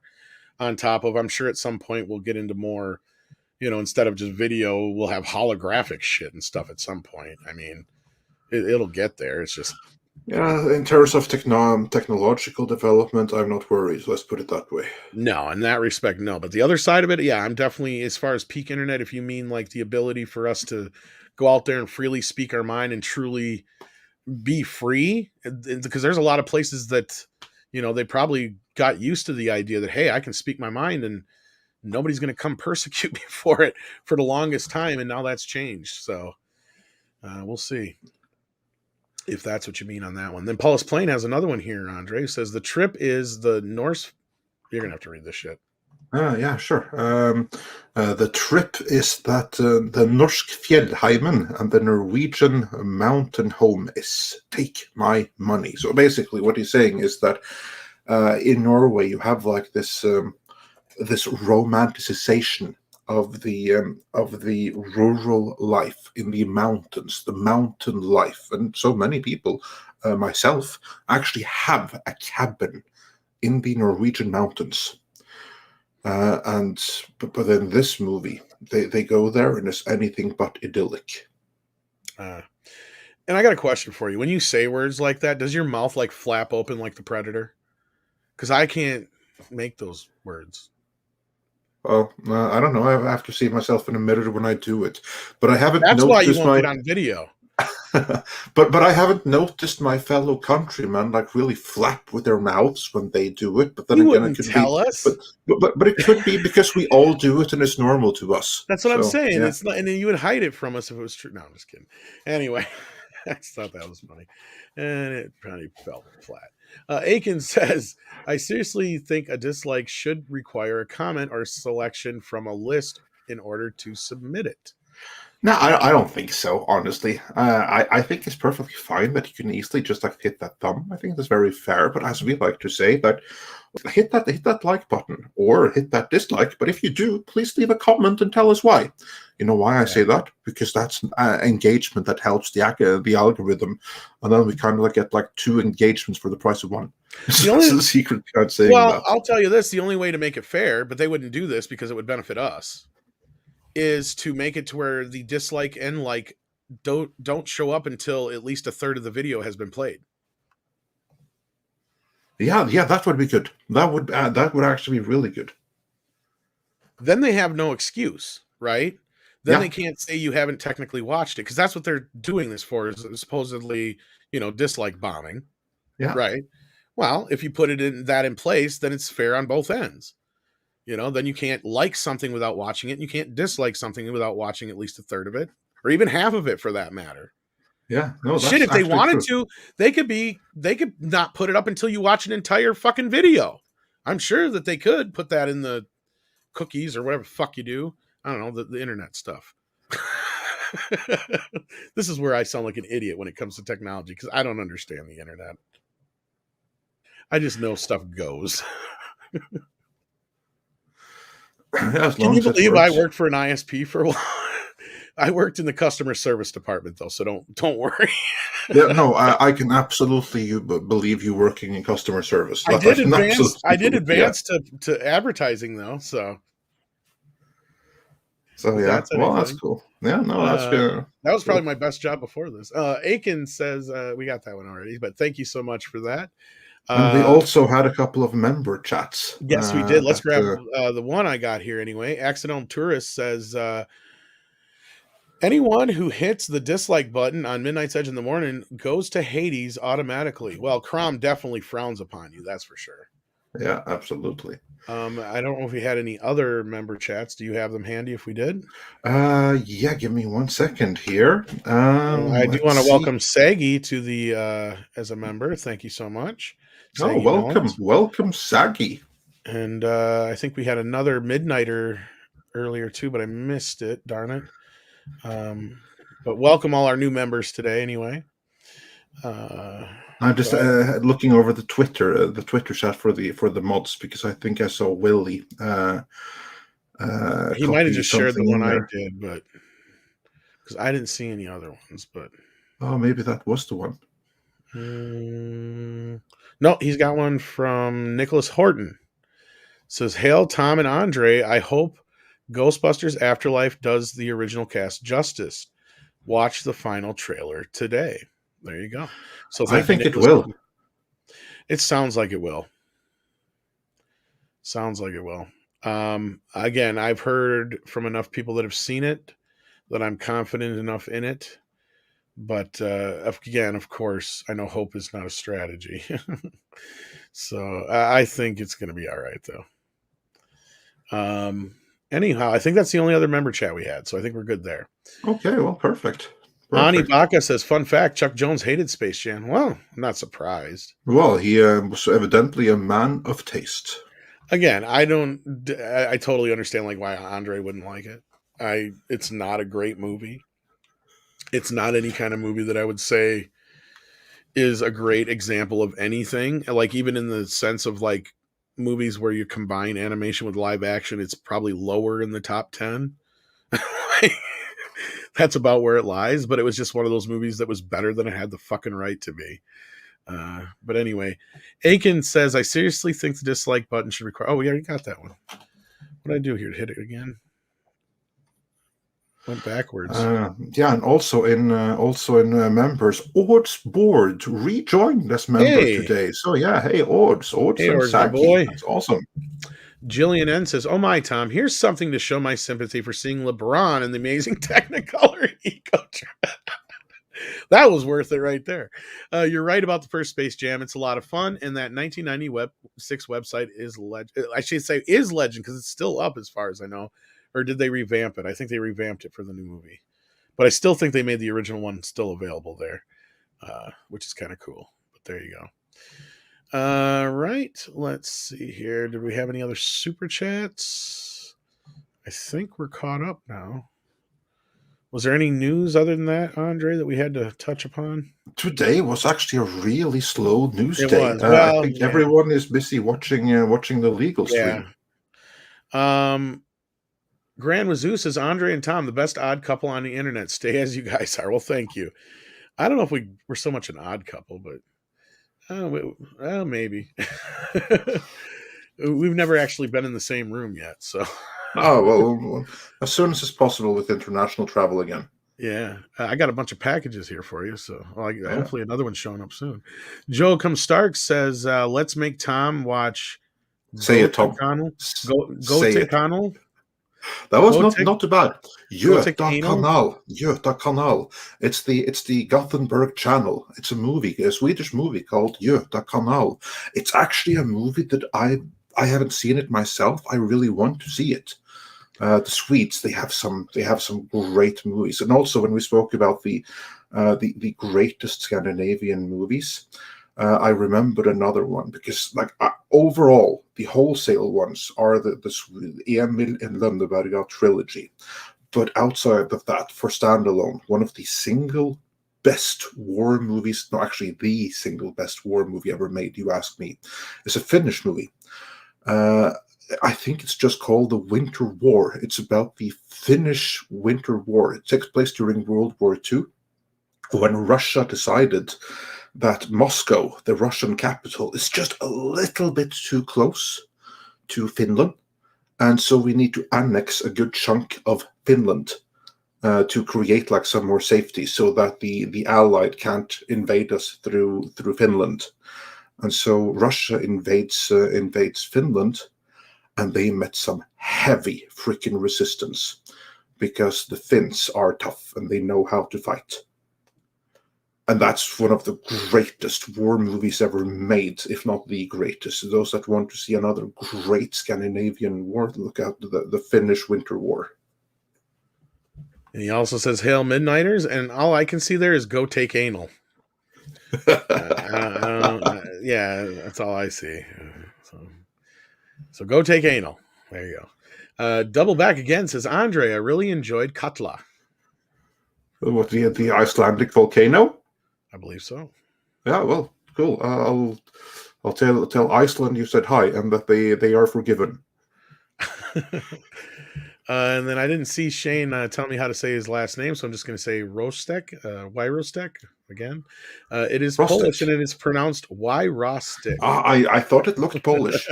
I had to have one more funny time with it. Yeah. Thank you for the suggestion. I think that Sony needs to tighten up their Spider-Verse like Phase 1 of the MCU.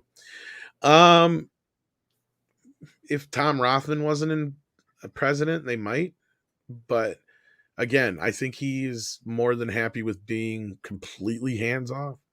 He really doesn't give a shit. Like, I don't believe his story about re-editing Venom. I believe he went in there and told him it has to be X amount shorter and PG-13. Oh yeah, But absolutely. other than that, he didn't touch shit. Now, I believe the story about Kevin Feige going in there and re-editing it. And I believe he's probably the reason it's PG-13. But anyhow, yeah. Depends on what happens after this film, Shane. That's gonna be the fun bit here. We'll have to see what happens. Why Rostic? Why Rostic? All right, I'm gonna try and remember that. Trenchman says, "Trust me, Tom. You're not the bad guy. We all grow." Well, I like to think I'm the bad guy, because if I'm not, then who the fuck is? Shit. Stephen Yarnell says our media, government, and entertainment needs to move away from demonizing, and start humanizing again. Yeah, they never will though, because that shit don't sell. Uh, yeah, because look what they did for 4 years, man. They basically went to shit as soon as they didn't have an enemy to go after. They didn't have a bad guy to point a finger at. Yeah. And Dariel Brewer suggests that we might have missed a member chat, and for that we are truly sorry. But Sorry unless we about that. catch them in a separate window as they happen, then yeah. But anyway, what he said in the member chat was he was asking if Sony will set up a Venomverse leading into the King is Black, the King in Black storyline. Actually, I have heard rumors about that, but apparently, I don't know that it's going to be like a Sony thing, but Knoll, the king of symbiotes, and that name does not translate in Scandinavian languages. Let me tell you that right away. But we'll deal with that as we get there. Is that Knoll? And to all my fellow Norwegians out there, yeah, that villain really is called Knull, Knull, believe it or not. So that's going to be fun time watching that in theaters. That apparently is something that they're planning on the MCU side, which only goes to show how closely integrated the Marvel Cinematic Universe and the Sonyverse is now. So you'll actually probably be seeing more of that in the Marvel universe than the Sonyverse, but they're going there. Yeah, we'll see. I know there's rumors of other like Spider-Man villains showing up in Marvel films too, so that's why I think there's been a pretty extensive new deal struck. Ben Wade, the nice gunslinger, says there are so many good stories in Marvel's history. I wonder if they are avoiding some of them because they are not woke enough. There's that aspect of it. The other part is they have to pay people if they use certain things. So if they change it enough, then they probably can get away with it. But it all depends on what it is. I And think that you're quite right, though, because Kevin Feige, as soon as he had the power and no one to interject with him, he skipped over decades of great stories and he went straight into the worst period of Marvel ever in the last 5 years. I think half of that was to make it diverse. I think you're right, Ben. And then the other half was to avoid any Kirby and Stan Lee and other certain characters that they couldn't. They might not have the complete control over in coming years here. So yeah, I think that's those two factors are the most motivating factors right now of where they're at. So other than that, he's been wanting to recast all the original characters too. Is this is something we learned in that book that the Russos said that he wanted to kill all the old Avengers and bring them back from like multiple alternate dimensions as younger actors, and the Roosters are like, no. So I wouldn't put it past him at some point to try and diversify the entire cast, because you've gotten to a point where just about every single Marvel character has been diversified except for what, Captain America, technically. Well, in the comics, he's been diversified too, because Oh, that's true. They did the whole, yeah, I forgot all about that. The calendar. Yeah, exactly. It was like this whole storyline, the United States of Captain America. Yeah, I where you forgot had about all that, the different Captain Americas, where you had like the Captain Antifa, and you had Captain Homeless, and you had Captain, I don't know, all of those, like, or Captain Commies, I like to call him. I think the X-Men are the only ones who haven't been really messed with too damn much yet. I mean, they've been messed with, but not like as far as like quote unquote diversity recasts, or however you want to put it. Paulus Plains comes in with another 100 Norwegian krona. Thank you so much. Says, yes, sir, and no, ma'am does not exist in Norwegian language, sir and ma'am. That's actually true. So there you go. We don't have a word for sir or for ma'am. You have to like use different rewritings. You have to like use the individual titles. You'd like, for instance, say like Mr. and Ms. or something like that, or no. Like, yes, boss. Yes, your highness. Yes, yes, your majesty. But gotcha. no, yes, sir. Like, for instance, in the army and stuff, it wouldn't be yes, sir. It would be yes, sergeant. All right, right on. And Darren Hughes says, right on, Tom. I don't know what I said, but I said something that he liked. I think they're in the internet part, because Archangel's talking about VR. Yeah. Hologram. Oh, yeah. Yep. That's where they were. Jillian N says, it's frightening how much we can't talk about these days. Even keeping code words can be a challenge. Anyway, let's go, Brandon. I see what you did there, Jillian. Yeah. Exactly. And as someone pointed out, that actually may be why they are removing the dislikes, because whenever a certain head of state decides to speak, I'm not going to go into which head of state. I'm just going to say that the one who shits himself in front of the Pope and shorts himself in front of other foreign dignitaries. He's the guy. He's the guy who did the thing. You know, he cured the COVID. Yeah, that guy. Whenever he appears, he tends to be ratioed to oblivion. And that's like a really good reason to. You never did see that video, did you? Which one? He's like, we had so and so and Tim, and Tim was here. Where's he wishes he was here, and this guy now he's naming all these people, and then he goes, and that's how we cured the COVID-19. Like, what the fuck are you talking about? Cured the COVID-19? He just rambles on for like 2 minutes. Anyway, and Steve Yarnell, of course, teaching Tom today. It's JavaScript. Okay, good to know. And Willie says it's user interface. You guys need to make up your mind. And Rudy laughs about me being in customer service. You'd be surprised how much I can kiss somebody's ass. Huh? Naked Fame says chat about my member. No. Melvin Belliard, how you doing, buddy? Says, Tom, I disagree. Uh-oh. Oh, ban him. No, I'm just kidding. The reason you don't see Andre on camera is that you're going to see him in his true form version of Hell from 2001. You know, that's not fucking funny. One of these days, I'm going to find out that Andre is a robot. Yeah, and that's they figured me out at last. He doesn't understand why I need so much sleep. I'm sorry, Tom. I cannot do that. And just so that all Americans, or citizens of a certain country where the head of state goes and shorts in public. First, Saggy Mounts says, well, always a member, but they on YouTube on some of that. I hate it when they do that. But anyway, Saggy, really appreciate that you discovered and that you came up again. And look forward to seeing you in member streams. Looks like YouTube's pulling its normal shenanigans. She was always a member. She was just unsubbed. Isn't that funny how YouTube will unsub members from fucking channels? It's unbelievable. Isn't it? Yeah. And it happened with Mike, though, too, so... Yeah, it did. And it even happened with Diego, one of the hosts on Midnight's Edge Espanol, who was unsubbed from Midnight's Edge Espanol. Maybe it was Mike telling me that Diego. Maybe that was it. Daniel Stenstman? You're going to have to... Is that it? Daniel Stenstam. Thank you. Sends in, that's Swedish krona, right? That is correct. Yes. 19 Swedish krona, and he sent us a Supa sticker. Let me see if I can see what that is. I might be able to. Yeah, in either event. Tack så mycket. There, I just butchered your Swedish language, so yeah. Yeah, what he just said. It's an on-set chair. Thank you so much for that. Nice, very nice. But anyway, as we're talking about like embarrassing state leaders, Erik Ronge Madsen said, could be worse. We had a Danish king that masturbated in public and threw the results at people in his court. Yeah, as Tom has certainly said before, had to be Danish.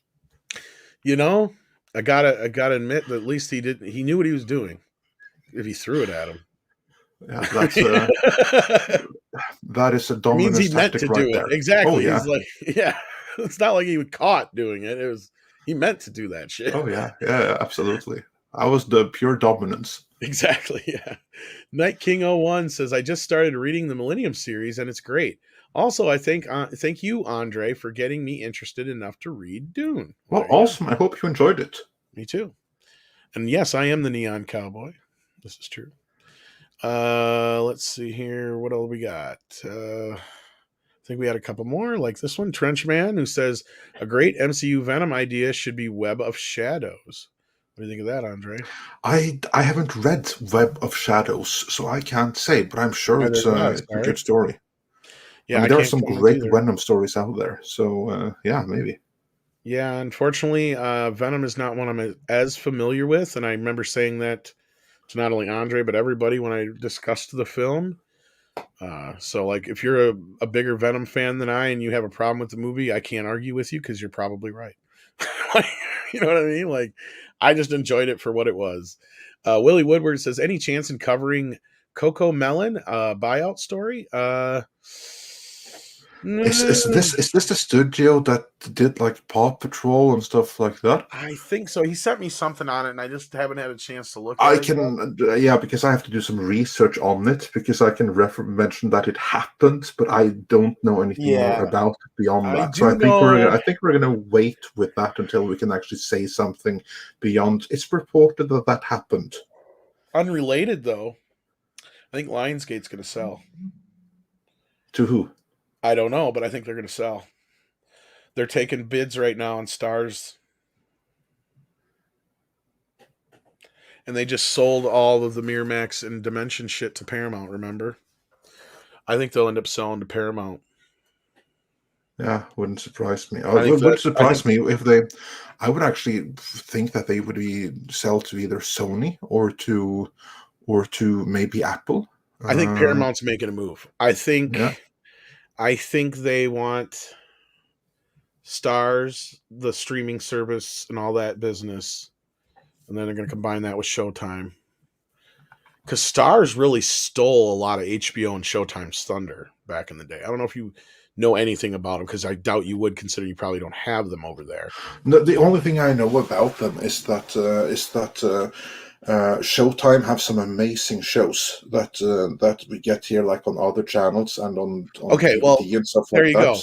The reason why HBO and Showtime shifted to more original programming was because Stars came in and started buying up all the movies. Like, they became the ones that had like all the Disney movies, and since it was owned by Universal, or they had some deal with Universal, they had all the Universal movies, and they bought up a bunch of other ones. I think they even had a deal with Fox that HBO had kind of had to share with them finally, and a bunch of other ones that were like normally like straight on with Showtime and HBO. So like Stars really kind of came in and took a big chunk of their market, because they had a lot of the hotter films for the longest time. So that's when HBO and Showtime are like, well, all right, well, then we'll just start doing more original programming. And that's where like The Sopranos and all that kind of shit started in that era. Cool.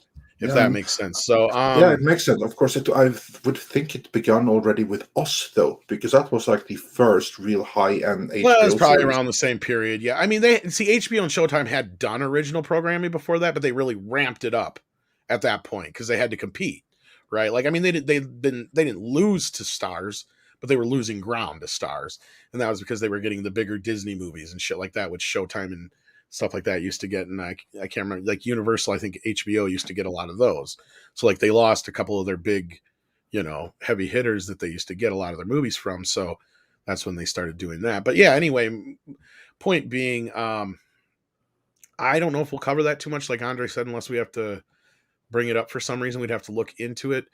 But yeah, that on that note, that reminded me that I had seen that Stars was being auctioned off right now, and I have a feeling Paramount might be coming into play there again, and I have a feeling that they may be Lionsgate may be making a move to sell. That would be interesting if they do, because they're like the biggest company in Canada, aren't they? Maybe, I don't know. I think they are. I wish Script was here. He'd know.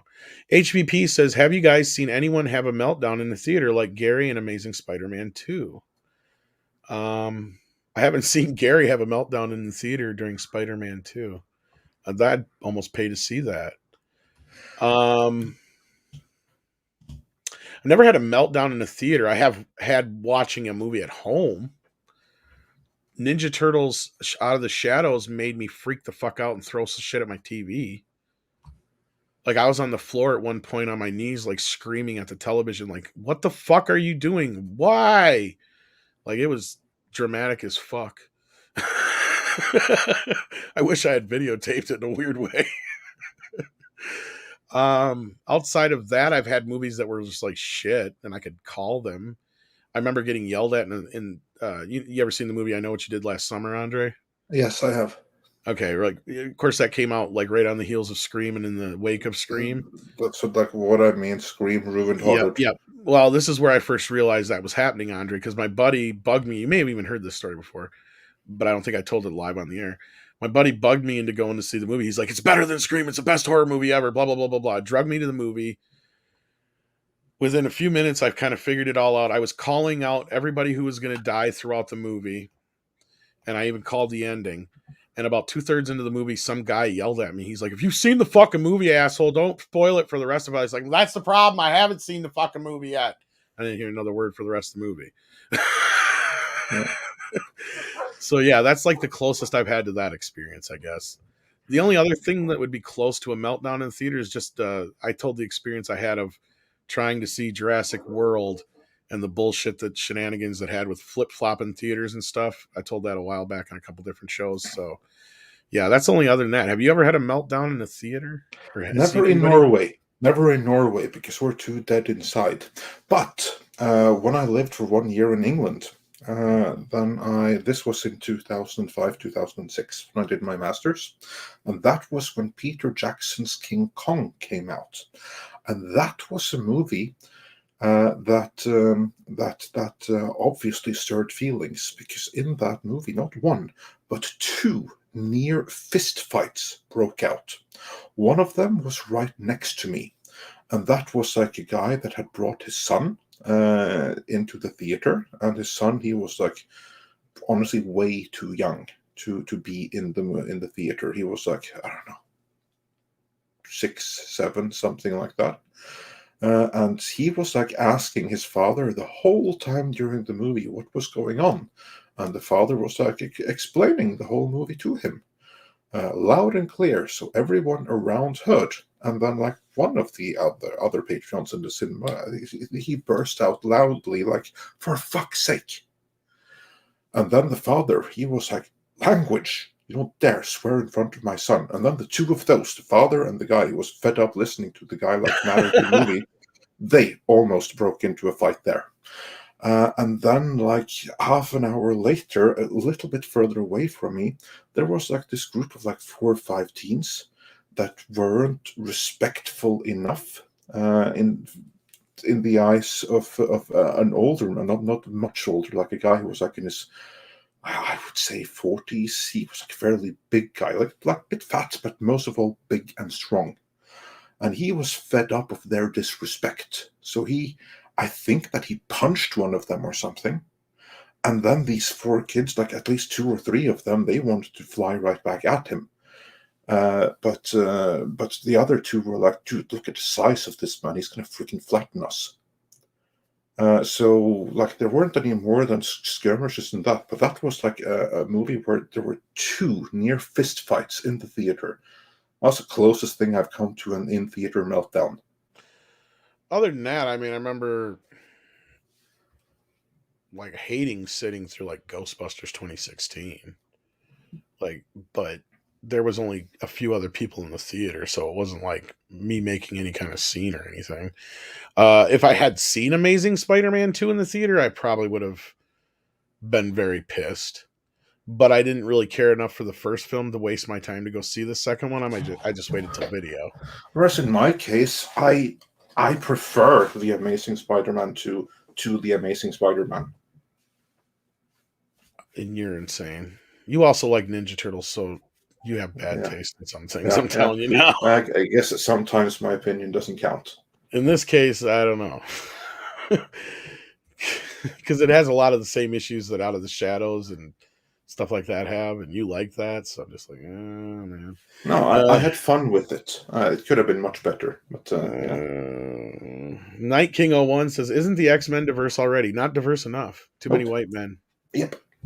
And you even have men in the title, and that's problematic. And people thought I was kidding when I said that shit a while ago. Troy Pacelli said, "So what Lionsgate property will the Kurtzman destroy?" Well, luckily, I think they're about done with John Wick. Other than that, what does Lionsgate have anymore? Yes, Sadie, I know you got to go potty. We are reaching the 2.5 hour marker. Well, they can always reboot Hunger Games. Oh, good Lord. I thought I heard something about like they were going to be maybe doing some series on that or something. Yeah, there you go. There you go. Other than that, I'm not sure what Lionsgate has. Well, I'm sure he'll find something, and it's going to be painful. But yeah. All right, and I think then we are finally caught up with super chats. And I think we've hit everything we planned on having on the plate today. And now that we're considering there wasn't so much. We did have one more member chat. Sorry about that. Master Clockwork says modern Marvel is having the same issue as Disney Star Wars. They don't understand the characters. It's all about titles and the mantle, aka branding. Somewhat, yeah. I mean, I think at one time Kevin Feige genuinely had a love for the characters and stories he was telling, but money and politics get in the way. What do you think, Andre? Yeah, no, that's about right. Everything changes with money, especially when you're successful, like really, really successful, so that you move up like several classes in like social circle and clubs and stuff like that. Then suddenly a whole new set of demands start becoming relevant factors, and will start pulling you into directions you never thought that you would go. Or to quote a movie with a great quote and not that much else great in it. What was it again? If you like, either you die a hero, or you live long enough to see yourself become a villain. Yeah, it's kind of like where you get after rising to a certain point, because with that comes a certain level of corruption, if not monetary, then of ideals and convictions. One little step at a time. Yeah. Will Bloom says, "So now I have an 11.2 home theater. Fuck everyone. I'm with you, buddy." Speaking of home theater, in just 11.2 inch home theater. That's not so big. No, he's talking about 11.2 Dolby Atmos, probably. Okay. All right. Cool. Yeah. Yeah. All good. It's 11 regular speakers and 2 subs. That's probably what he means. You, sir, are going to enjoy 4K for you tonight, I believe, which is going to be in just under 3 hours, just over 4 hours, 3 hours, 3.5 hours, 5 Central, 6 Eastern, with Valiant, Renegade, and myself, and who knows who will pop in. But we're going to talk about a few things, and he says, yes, Dolby Atmos. I figured as much. So, yeah. Hopefully we'll see you here. He's got a 77-inch OLED. Oh, nice. Nice. Very nice. Very nice. And as Xenomorph says, it is time for Koalas in the Rain. So hopefully we'll see you all later, like Duck Nation, on 4K for you. If you guys head on over to Nick Ricada's channel or wherever you roam, tell him that Midnight's Edge sent you. And don't forget that we love you and to take care of yourselves and each other. Anything else to say, Andre, before we get some koalas wet? As always, thanks for being here. We really appreciate that. For being here, being part of the community, liking, subscribing, becoming members. We really appreciate that. We have more scripted content coming for you in the next few days. So, Tom, just brace yourself. I know you haven't got the script yet, but you know the saying, quiet before the storm? That's where we are right now. Lovely. So, yeah. Night King 01 sends in one more super chat. Thank you for that. Says, people are saying to do Star Wars The Old Republic. Please don't That's the last era that hasn't been ruined. If Raven is ruined, there is nothing left. Well, it's funny you mentioned that, Night King. I think this goes along with Doomcock's recent video, which I haven't seen, so I can't really say for sure. But along with that, I think he had said that he had heard that the High Republic is dead. And now I heard another rumor that there's some Old Republic and something else in the works now instead. Yeah. So Well, don't be surprised. These would be JPEG projects, and honestly, I wouldn't be too worried about it, because these would be replacement projects that may be coming from the mind of Again, rumors. But yeah, because what rumors is happening that I have heard. Again, I have not seen Doomcock's video, so this is not influenced by anything he's saying at all, because I don't know what he's saying. But what I have heard is that all of Kathleen Kennedy's projects are all killed by one, and they'll be replaced by more Favreau projects. So he's completely remaking Star Wars in his image. Yeah, and it's Revan, not Raven. Sorry, I flip-flopped it. My eyes are getting fuzzy. I've been up since 1 o'clock this morning. And yes, that's not my fault. No, it isn't your. No, my sleep schedule's just all out of whack. That is half your fault. Xenomorph isn't even optimistic under Chapek, and that's not hard to blame you to be. Can't blame you at all. What I will say though, you know what I have to comfort me? That even if our entertainment is fucked and it never comes back, although it's a poor consolation, there's still some consolation in that I have enough utter badass original Conan comics from the 70s to keep me entertained for a lifetime. And if you bring in some Judge Dredd comics up until they became bad too, it's enough to keep people entertained for many, many years with all the stuff that's there. So, and also people like manga and stuff. So there's enough there to keep you entertained if all else fails. All right. So with that, I think we're going to close things out and thank you all. Again, if you head over to Nick's channel, tell him we sent you. I don't know who else. Yeah, I don't know who else is live, Sadie. Looks like everybody's watching that. He's got 73,000 people watching right now. Wow, that's amazing. I'm so happy for him, though. Me too. That's amazing. I hopefully this helps Nick out quite a bit. I can't wait to talk to him again soon. Yeah. Looks like they're about to go live on Hot Toys as well with Robert Meyer Burnett. I'll throw the link for there. So if you go to either or, tell them we sent you then, I guess. And with that, there's a bigger chance they'll hear you on Hot Toys. Yes. And I got to say this. I don't know if he's listening, but Mike told me what he's getting me for Christmas this year. And that man is a fucking angel. And hopefully we'll get to show our Hot Toys off when they get here to the boys, because he got me a hot toy for Christmas. And yeah, I can't believe it. It's the XLF hot toy. So thank you for that, Mike. I can't wait to get it. So with that, I think we're going to wrap things up. So tell Nick or tell the boys over at Hot Toys we said hello. There's the link for the Hot Toys there. I'm sure it won't be too hard to find the link for Regatas if the mods already haven't.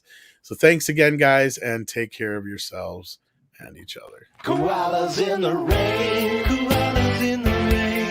no fucks given.